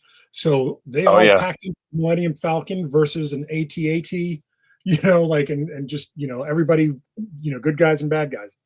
Mm-hmm. The problem I have with this specific project is the Kevin Smith of the whole thing. Oh, okay. I can't like he was watching Flash cartoons, Flash TV show, and crying, and it's like I don't know that that's the guy to write this, and that's not. Man, I cry at things. Didn't he do that He-Man cartoon Yes, series recently? Yes. That was fantastic. Yeah, that made me cry. I was like, I'm crying from He-Man. Really? Yeah. I had no idea he did that. That was It's on fantastic. Netflix. So you might be able to still watch it on. yeah. He also did a Green Arrow relaunch. He did a Black Cat relaunch. Black Cat never finished with I know. Neither did his Bullseye Daredevil thing never finish, and it's like I don't. But doesn't this reek of stuff? Doesn't this also, the way I imagine it, and not that I hope I'm wrong, but doesn't it feel like this is an editorial assignment, meaning there's a lot of mandates. There's a lot of George Lucas, a lot of Marvel. And who do you get to write this? Oh, we'll get a pop culture name to write it. And he might write some of it, but it feels like, I mean, maybe I'm completely wrong. Maybe he has full autonomy. I think you're probably right. I bet there is a whole list of rules that he has to follow. And nobody wants to do that. Yeah. Nobody. You know what would make this book better, because it's exactly what it is? Just insert a ticket to Disney World in it. Because that's all you're doing is you're selling tickets to Disney World. That's a brilliant idea, though. But you could make it like Willy Wonka. It's only a few tickets. Totally. Buy the comic, it'll show. And you gotta keep buying more copies of the comic. There you go. That's what they should guarantee do. you this would be in a poly bag too. Just put the ticket in there, man. Just quit fucking around. No, I hear you, but I'm also surprised that you know exactly what it is. I think we all know exactly what it is. And I guarantee you somebody the week of will read it and go, "Oh my God, this is amazing." And then I'll just be like, "Okay, I'll check it out." You know what I mean? I'll have to, but I don't want to. I don't feel like, and when you said publicity stunt, the reality is Marvel's coasting on publicity stunts. The constant renumbering, the constant number ones, the constant relaunches of things, that's all publicity stunts to get the spike of a new issue, to justify publishing whatever character it is. You know what I mean? It's all a publicity stunt. This is the equivalent of, you know what this is? This is the answer to the Deadpool, Batman, Spider-Man, Superman comics that we've seen this year, which have been phenomenal. Don't misunderstand. They have been good. The problem is, it's like they tried it with Godzilla. They did a really underrated, I think, Avengers Aliens miniseries by Jason Aaron. They've done a couple of these different things, and this is the only one that I think is because it's all in-house, they don't have to share the credit with somebody else. Disney or whoever, at Marvel, maybe Brad Winderbaum, who just took over, maybe he goes, well, let's keep it in-house. Let's have the same feel of the Spider-Man, Superman crossover, and just keep it all in-house and do what? And then somebody said, might as well just do Star Wars. And it's a no-brainer, but my God, it feels dirty. But I it is what it is. It is exactly what it Because is. you know it's dirty. It's Hey, exactly what it is. speaking Well, of dirty, But I will say this: at least they didn't like if they involve Pepsi, someone's hair is going to catch on fire. You know what I'm saying? Like, But I so- think this is a series that there's no way you won't come in knowing what you're gonna get. Like, absolutely, Right. Absolutely. I would almost argue that you can't even argue that this will be canon, because it's not going to be canon. It's just, But- Right. you know, this might be the equivalent of a Hostess Twinkie ad that actually has superheroes in it, right? Derek just gave me a Marvel one that was free at the Walgreens. pharmacy. Yeah, at the pharmacy about COVID and getting a shot and the vaccine and being Yeah. masked. And, you know, that's what this stuff is. And they've been doing that stuff for forever, you know, since we were kids. So the problem I have with this is that in the hands of a better, I don't want to say better writer. I enjoy Kevin Smith's work. Don't get me wrong. But in a different, more like a Jason Aaron, like a Brian Bendis, like an Ed not Ed Brubaker. I don't think. Well, Mark Waid, come on. Mark Waid. Yeah. Like I Jim think in the hands of- DeMatteis. yeah, I think in the hands of those, it would feel less like a stunt. But I feel like this is two greatest hits, and I do want to mention the artist that's doing it is David Marquez, who's a fabulous artist. Don't like. Absolutely. I have nothing against him. I think he did Ultimate Spider-Man at some point after Ultimate Annihilation or something like that. Okay. But he's a fantastic artist, and I really dig his work. But I think that it's gonna. I don't know that I like Kevin Smith even touching the Star Wars characters. What are we going to get? Jay and Silent Bob as Han Solo and Chewbacca? Like, I think they're more C-3PO and R2-D2. oh, there you go. That's pretty good. That's pretty good. I mean, listen, and then we can transition to the other topic if you don't mind. But I believe I have already stated my idea that I wrote years ago of how I would have introduced Star Wars to the Marvel universe, and my idea was at the end of Empire Strikes Back, when Darth Vader cuts off Luke Skywalker's hand, and I believe he's holding a saber at the time, right? A lightsaber. Yeah. What happened to that hand? That went, he was in Cloud City. It goes out. It goes flying out into space, clouds and galaxies and outer space, right? So, cut to, you see maybe a shriveled up, kind of frozen Luke Skywalker hand holding an unlit saber. It's just floating and curling and turning slowly, for years, right? And suddenly it hits a glass shield, and slowly you pull back, and it's the Guardians of the Galaxy spaceship. That would be awesome. That's how it begins. I would read that comic. So, and Vito looks mad at me for some reason. No. You know what I was thinking of? I was trying to remember. I think in the canon, in the Star Wars canon, in the Force Awakens, I think that lightsaber is given to Rey by that little short woman in that bar. I think I can't remember her name. Maz, I think her name was. Yeah, something like She that. had a container, and she opened it up and she gave it to Rey. Well, that's what I mean. This could have happened.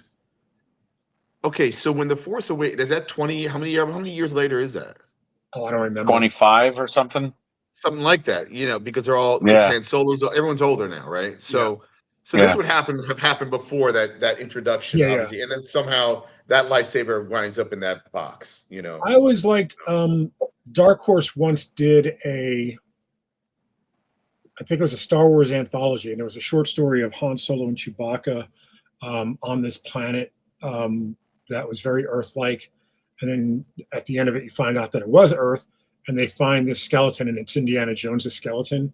I forget how it actually went. It was a really fun story. I remember that book. I remember that anthology.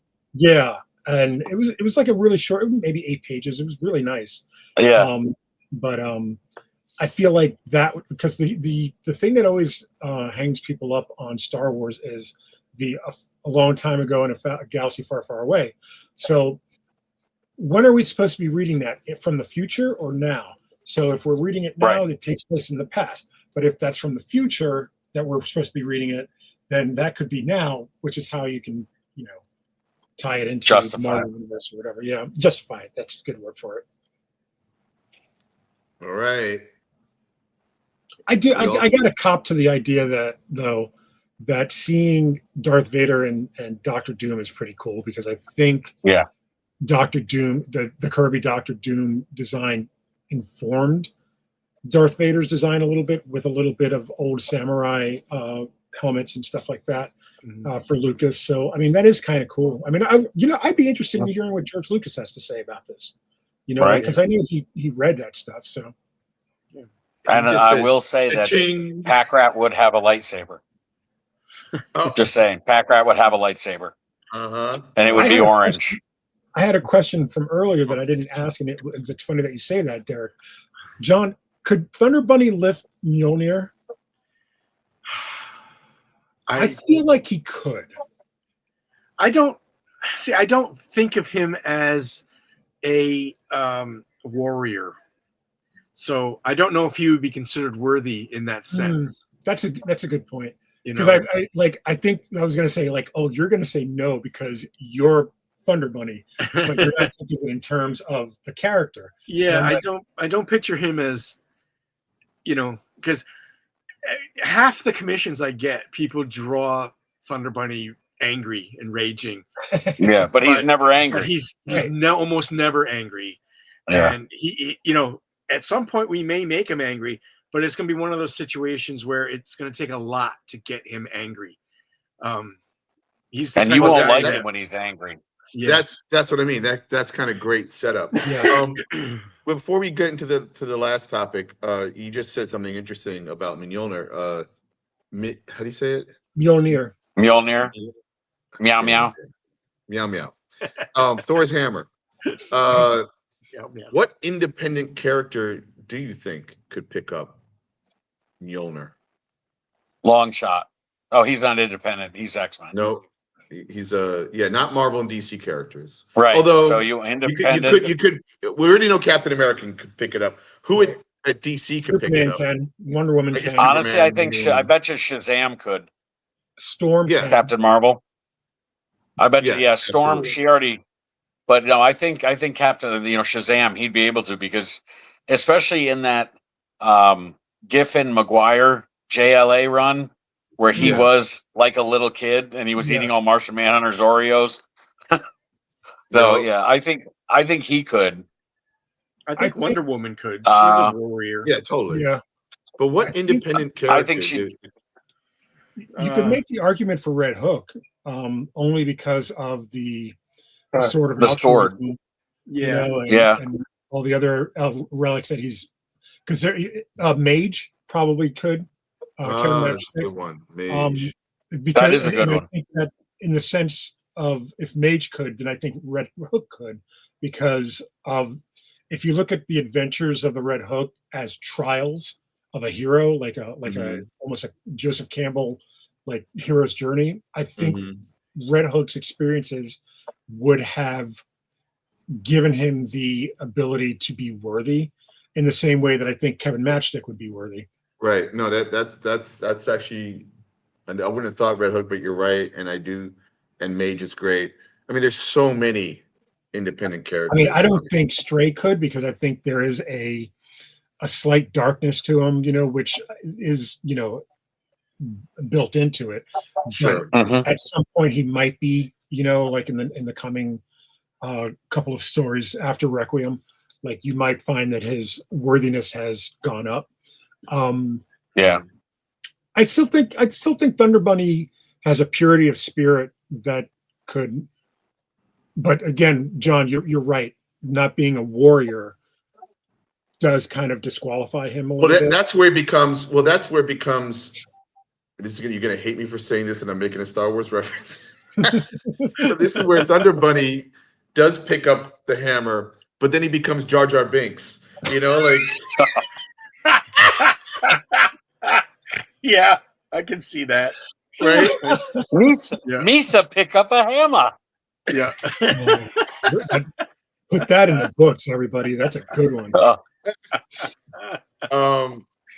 Oh, did anybody see Spider-Man Brand New Day? We did. Derek and I saw it together. Yeah, John and I Here saw it is the together. spoiler. Like, spoilers are going to happen right now. Absolutely. So Spider-Man is in it. Yeah, Oops, sorry. he is in the movie. To anybody leaving, thank you for joining us up until now. But we Thank are you very much. Thank you very much. So, But it's been 2 weeks. So what are you waiting for? no. Yeah, what are you waiting I for? still will spoil. No. I mean, you what are do they it waiting tonight. for to go and see it? Not Oh, us right. spoiling it. But Yeah. I maintain that Maybe- there's some people that don't know. Yeah, I'm a big fan of that's true. keeping the story. Sure. And if Anyway. they are leaving, they should check out, Kickstarter for PACKRAT Thunderbunny issue 3. There we go. There we go. Absolutely.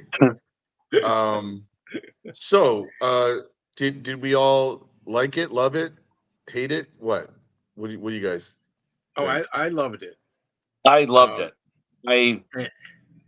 I really enjoyed Peter in this movie. I thought Tom Holland really captured Peter Parker. It got dusty in the theater for me a couple times.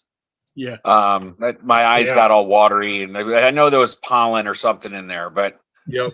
A lot of pollen. there was a couple times that it got me. I mean, I thought it was very well done.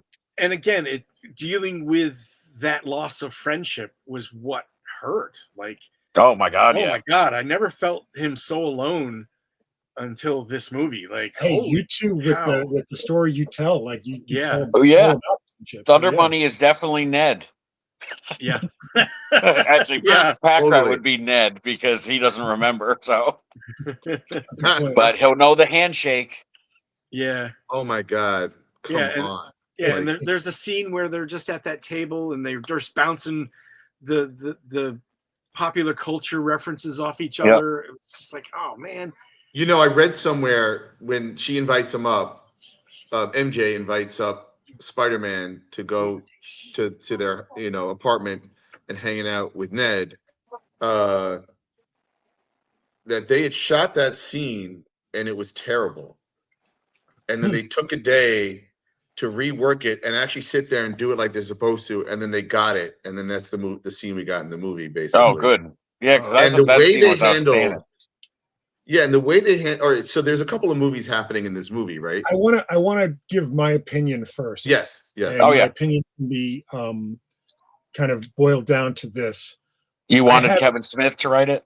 No, I haven't seen a castration on film like this since Braveheart. What did they do to the Punisher? They neutered him. Yeah. They absolutely They PG-13'd him.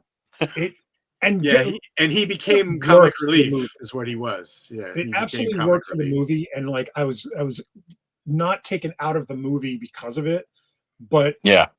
except when we get to the part in the hospital when he's cheering like at the window and like has the Spider-Man mask on. I'm like, no Punisher on Jerry Conway's ghost is rolling in his grave.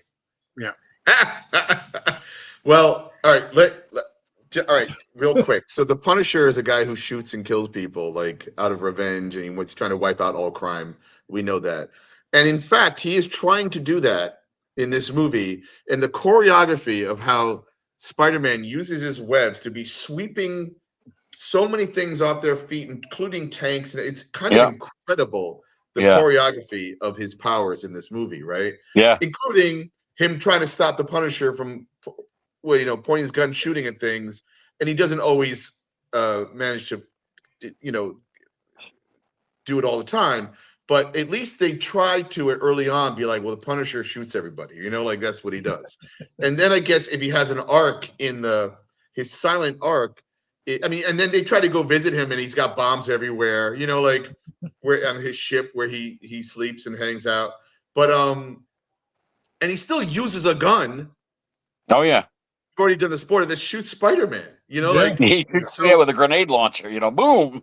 Yeah, exactly. So he still is there. It's just Yeah. that And if you want to say PG-13 him, of course, but also I think he does have a little bit of an arc of, and redemption is not the right word, but where maybe, and I'm not convinced he'd be like, okay, I'll use rubber bullets for now. I don't think it's gonna be like that after this movie. I'm curious to know what they do with the Punisher in the Marvel Cinematic Universe. That's the problem, because let's remember the Punisher one shot that they did. Yeah, where which I hated. One last kill. The last kill. He literally ends the movie shooting somebody in the face. Right. He's got a beard. He's clean shaven here. He was clean shaven at the end of that one shot, I think.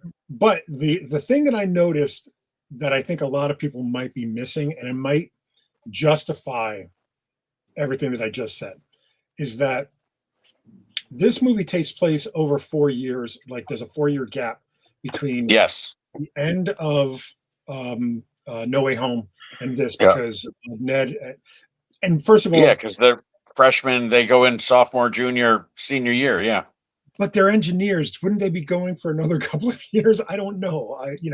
Hard to say. But well, I graduated MIT in 2 years because I was so smart. Oh, good for you. Nice. Nice. But yeah, so that could explain the change of heart in the Punisher. But, But when did everything happen with Daredevil? That was 4 years ago. But But Fisk is not the mayor, so it's a weird. If you watch this movie and you think too hard, you will not enjoy it. Where's J. Jonah Jameson? Stuff like that. I don't understand why he wasn't in it. You can probably do that with any superhero movie if you think too hard on it. But absolutely. Absolutely, and they did say, and I did feel this, that it was a more grounded Spider-Man. Yes, and the ambitious part of it takes place over 4 years, so you have to watch a guy, who is watching from afar his lost friendships, his lost love, and also monofixate on being Spider-Man. Like I'm just going to be Spider-Man, and he's becoming his own little Tony Stark kind of thing, Meanwhile, so there's all this stuff going on, and he's transitioning, meaning he's evolving as a Spider-Man, that he's trying to deny because he thinks that there's something awry. And meanwhile, no, it's just that he's evolving as a Spider-Man, right? But then the ambitious part is trying to set up the X-Men for the Marvel Universe, right? Mm-hmm. I mean, for this iteration of the Marvel Universe, which I thought was a lot of fun. I was a little confused, and I have a question for you guys. When Jean Grey can't really access and go into his mind and gets rejected, is that because of the Doctor Strange thing that happened to him, right? Like, is that why? That's a good explanation. I'm not Jean, like the X-Men and Spider-Man were together some, but it was more Spider-Man was with the Fantastic Four because he and the Human Torch had kind of a love-hate relationship, Yeah, so I tend to think that that's not the case. I think the reason why, it's funny because it almost the explanation is from No Way Home. It's his spider sense. I think his spider sense can attune to danger, which is why when Doctor Strange, hit his astral self out of his body in No Way Home. Peter Tingle. Yeah. So I think that's, because he's attuned to danger, that he can block, some of that out. And he has to, once he lets Jean in, is because he doesn't see her as danger anymore. The danger. That's a good one. But then you're telling me that his spider sense is stronger than her powers? She's not the Phoenix. So Right. she's still young. As far as I remember, hasn't even gone to the school yet. And is she driving to the school? She's going to Westchester, right? Yeah. So she hasn't even had training, right? So she isn't anywhere near her potential. Could Professor X get through it? Yes. As far as when you were saying the Punisher, where the direction they're going to go, something I had read was that they're going to give him an R-rated series, and Tom Holland actually wants to appear in it. Let him. I think I was talking to somebody at my job the other day about this movie, and what I had said to her was what you're going to see. I think what Robert Downey Jr. was for the first iteration of the Marvel universe, Marvel Cinematic Universe. I think Tom Holland's taking that role now. The mantle. Yeah, I don't like the only thing that could quote unquote derail that is the introduction of Miles Morales at the expense of Peter Parker. Not not a second Spider-Man in the universe, but killing Peter to have to justify Miles being there. That's the only thing that would derail that. And I think that would be a mistake because I think having Miles mentored by Peter, not completing, but continuing that Tony, Peter, then Peter, Miles kind of relationship is a better way to go. I agree. And it may happen if Tom ages out, right? They might get a point. Yeah, he's going to age out. He's eventually, aging yeah. out. I think what might be happening a little bit in terms of the neutering of the Punisher is that maybe Peter is teaching him by his own goodness, like because they have a another way. A very cool dynamic between the two of them. The way they talk. What about Staten Island? Are you still talking about Staten Island? I really enjoyed the banter that they had together. Yeah. It was great. I thought it was really well done, and I'm glad they brought back Savage Hulk. Oh my God! Yeah, I didn't know you could get that big. Yeah, so good. I love that Hulk stuff. And I love he looked great when he said, "I'm your friend," and the Hulk paused. Yeah. Oh, I thought that was awesome. I thought that was awesome. And it was almost like when Hulk went savage, that spell of Doctor Strange didn't work on the Hulk, right? Yeah, that was pretty cool. I mean, nothing. Yeah, you could make the argument that Bruce was Bruce when that spell was cast. Yeah, because it was Hulk, Professor Hulk. Is not Bruce. Yeah, like he's a totally different person. So no Banner, only Hulk. Right.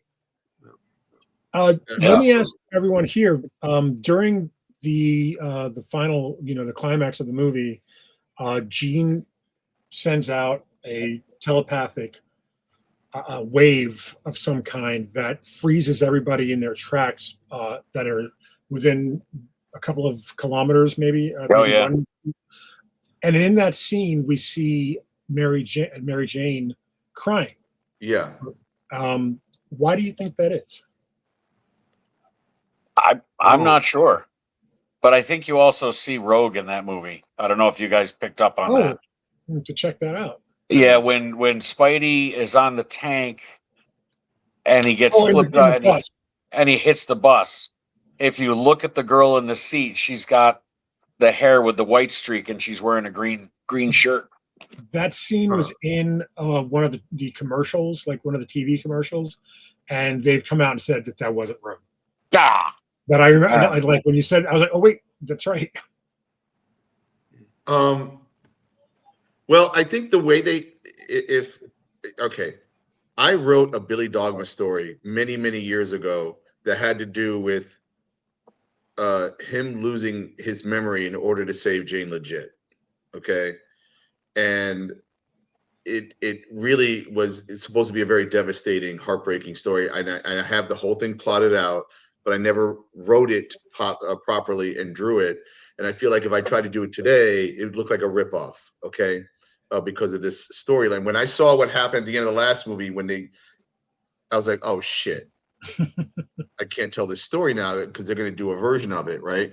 And I thought they did the right thing in that when she is like, I read the letter, it's meant for me, but I don't have any memory of us. And I'm not her. I'm not her.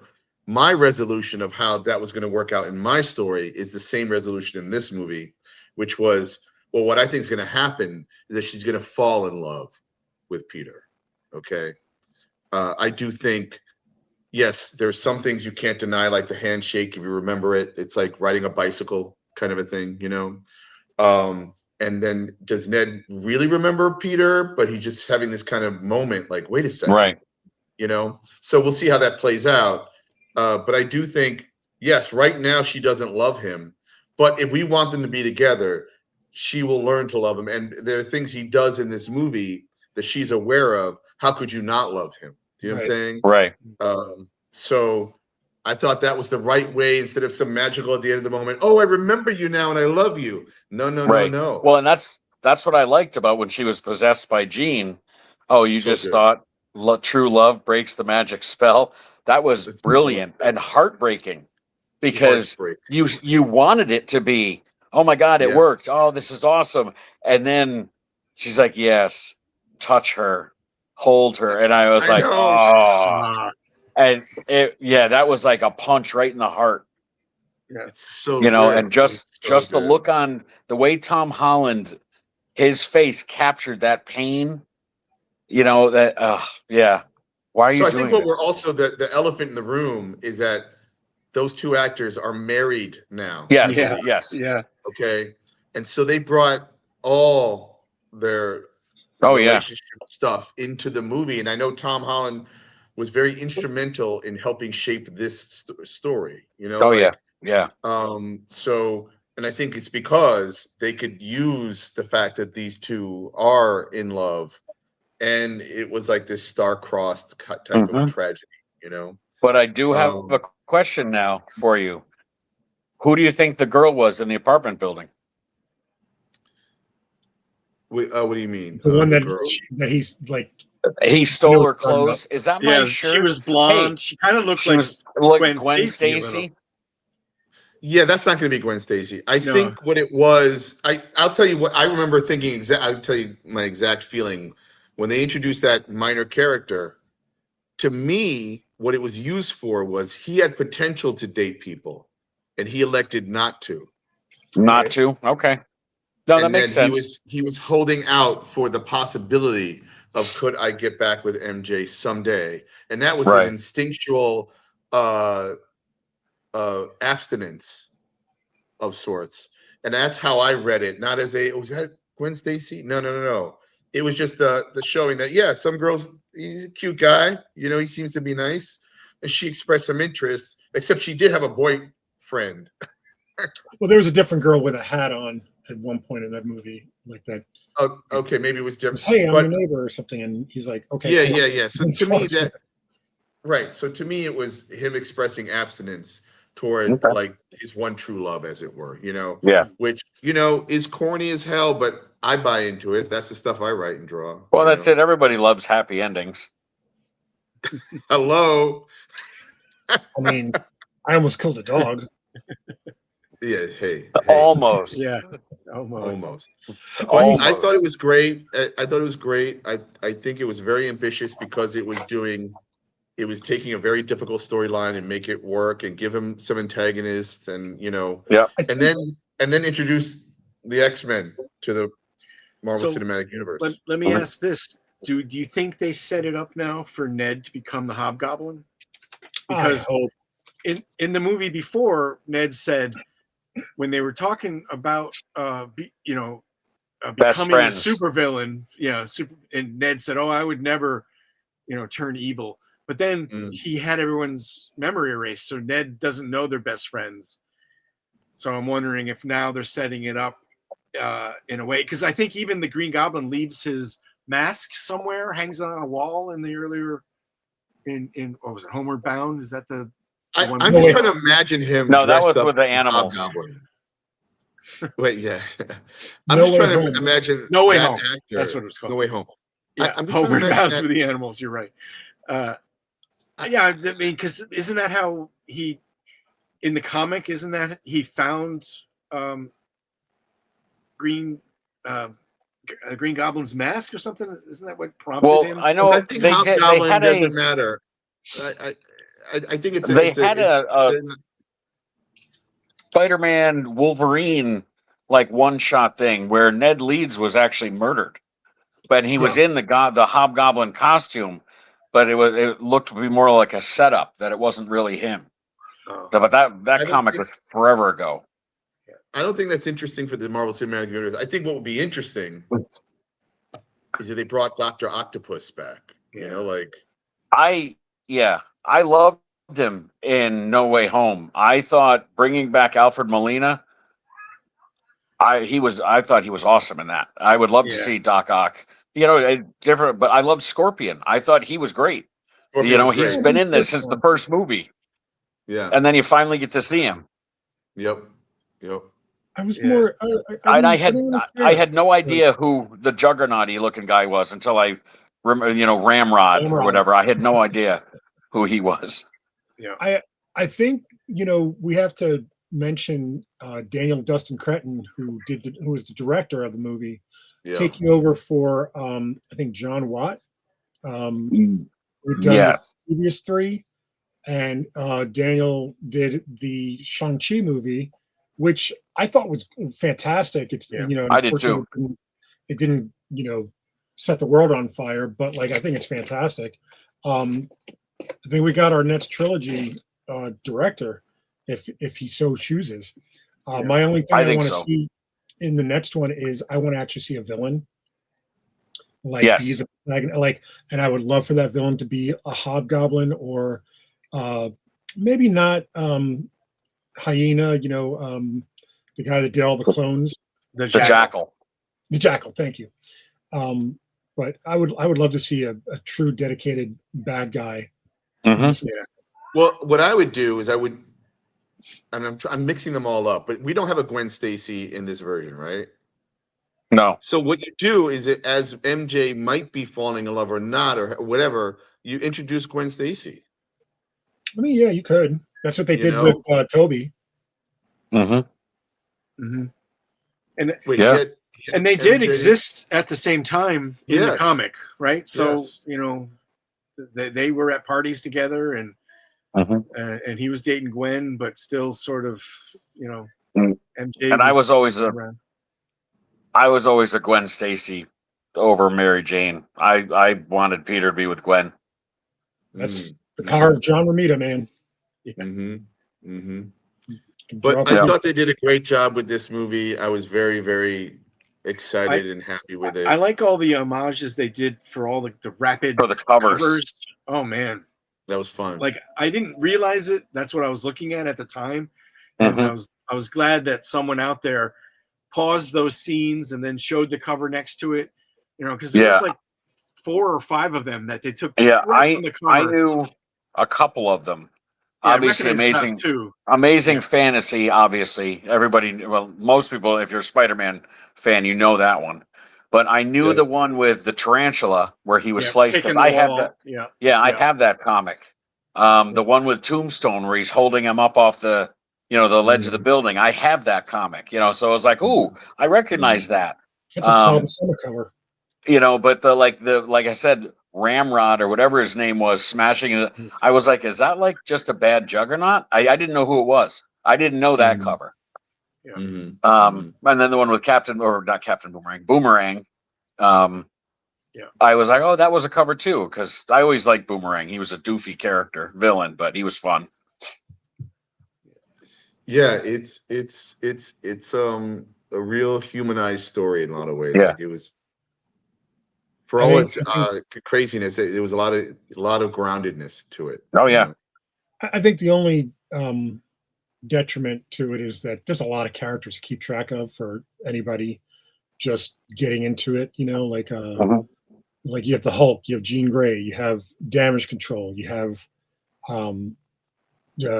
Punisher, you have Mary Jane, you have Ned, you have Aunt May. Who that scene with Aunt May, that was awesome. That was one that got me, you know. And then with Peter, you have me, and it was just like, oh, yeah. You know, that was happening during the time that Jean Grey had everyone frozen, and then she went into Peter's mind. Everyone's still frozen. I'm wondering if MJ crying was because some of that was leaking out to everyone around that was partly being frozen. Yeah. And because I don't have to see it again because I don't know the sequence, but I'm wondering if it could be because after that scene where he was talking to his Aunt May, maybe. And the last when you see her at the end, she's sitting on that rooftop and she's holding the broken Black Dahlia necklace that Peter had given her. I'm fairly So- certain she remembers, like, as of that moment when she's crying. I think she remembers because Yeah. of stuff like that. Yeah. Oh, do you think that Jean Grey's powers breaks the spell? Is that what you're It's like? Just I think it's a good introduce it's himself? good reasoning. It's sound reasoning. Yeah. I mean, You know, even if they because started the next why movie was with them she, dating now, Why even was she they- now crying?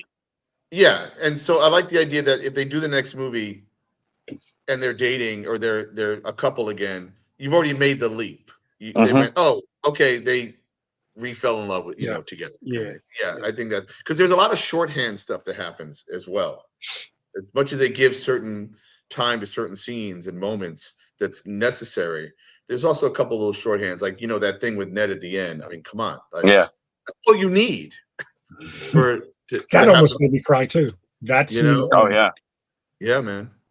So Yeah. who's the Spider-Man in space? Well, Well, that's Secret Wars. That's Secret Yeah, Wars. it's going to be Secret Wars. Yeah. So Um, is it Miles? It's That's the I black don't think costume. it- That's the It black is. costume. It is. I think it's Oh. going to be Tom Holland, and that's where you're going to see the black costume come in because Doom's Oh. going to create. They just Doom is going to be the Beyonder at that point Right. because the Right. Beyonder they never introduced. So for Right. Secret, unless they introduce him somehow in Doomsday or something like that. I mean, I think they will introduce a Beyonder because I think Doctor Doom is like Thanos is a complicated villain. Like he's his own hero. You know what I'm saying? Yeah. And I think he's trying to recruit everybody because of this other thing. So I mean, unfortunately, Jim Shooter passed away. He could have played the Beyonder. Right. But anyway, it was a great movie, and I look forward to more of these. Yeah. Me too. Cinematic versions. Yeah. One of my favorite things was the meme that said actors that played Spider-Man, and it's 4 actors, and it's Tobey Maguire and Andrew Garfield, Tom Holland, and then John Barenthal because they're playing Spider-Man. Yeah. Oh, that's funny. Yeah, that's all over Instagram and stuff. Yeah, It is that made funny. me laugh. Yeah. That's funny. I guess we're gonna wrap this up. I have 3 things I want to just quickly say, and then we'll end on you guys with your Kickstarter for those who stayed through the spoiler version of our show. On August 22nd, I'm a guest at Plastic City Comic-Con in Massachusetts, and I'll be sharing a table with Jeffrey Burant, who has a new book out called Gonad the Barbarian. Oh my God. I then will be at my first Dragon Con, which is the 40th anniversary of Dragon Con with Jen Ferguson, my girlfriend, September 3rd to September 7th. And then I'm going to be doing another Comics Fundamentals workshop, September 14th to the 18th. It's in person at the Art Students League. Nice. Vito, anything before these guys? We wrap up with these guys? It's going to be the same show with the 4 of us, basically. Baltimore. Yeah, you're going to be at Baltimore, right? Oh, Gene? right. Yeah. That's right. So, Yeah, of course. Of course. That's our next major. That's our next one. Yeah. con. We will be walking around Granite State Comic Con on Saturday only Yes. as fans, but we carry the books with us, so if anyone happens to be there and sees us and wants to buy it from us, we're there. So Cool. I got to tell you a funny little anecdote. One of my vendors at work backed my Kickstarter, so he brought in the first 3 issues of Stray Requiem, and I literally signed them while I was on the clock. So I technically got paid to sign books. nice. Yeah. Nice. So I like there you have it. Can't beat that. No, Thank no, you, you can't. everybody. Thank you, everybody, for joining us. Thank you, John. Thank you, Derek. The Kickstarter, PACKRAT and Thunderbunny, 1 through 3, specifically number 3. If you haven't picked it up yet, please do. The link is downstairs. It's also going to be in our show notes. We have a T-shirt for sale. If you want to back the show, a good way to do it is to wear our shirt. Bring it to Baltimore. The 4 of us will sign it for you. That would be cool. Signing people's shirts. We're also taking donations down below. So if you want to donate to the show, it goes towards improvement of equipment. Dean's laptop is almost on its last leg, probably. We could probably use a little help.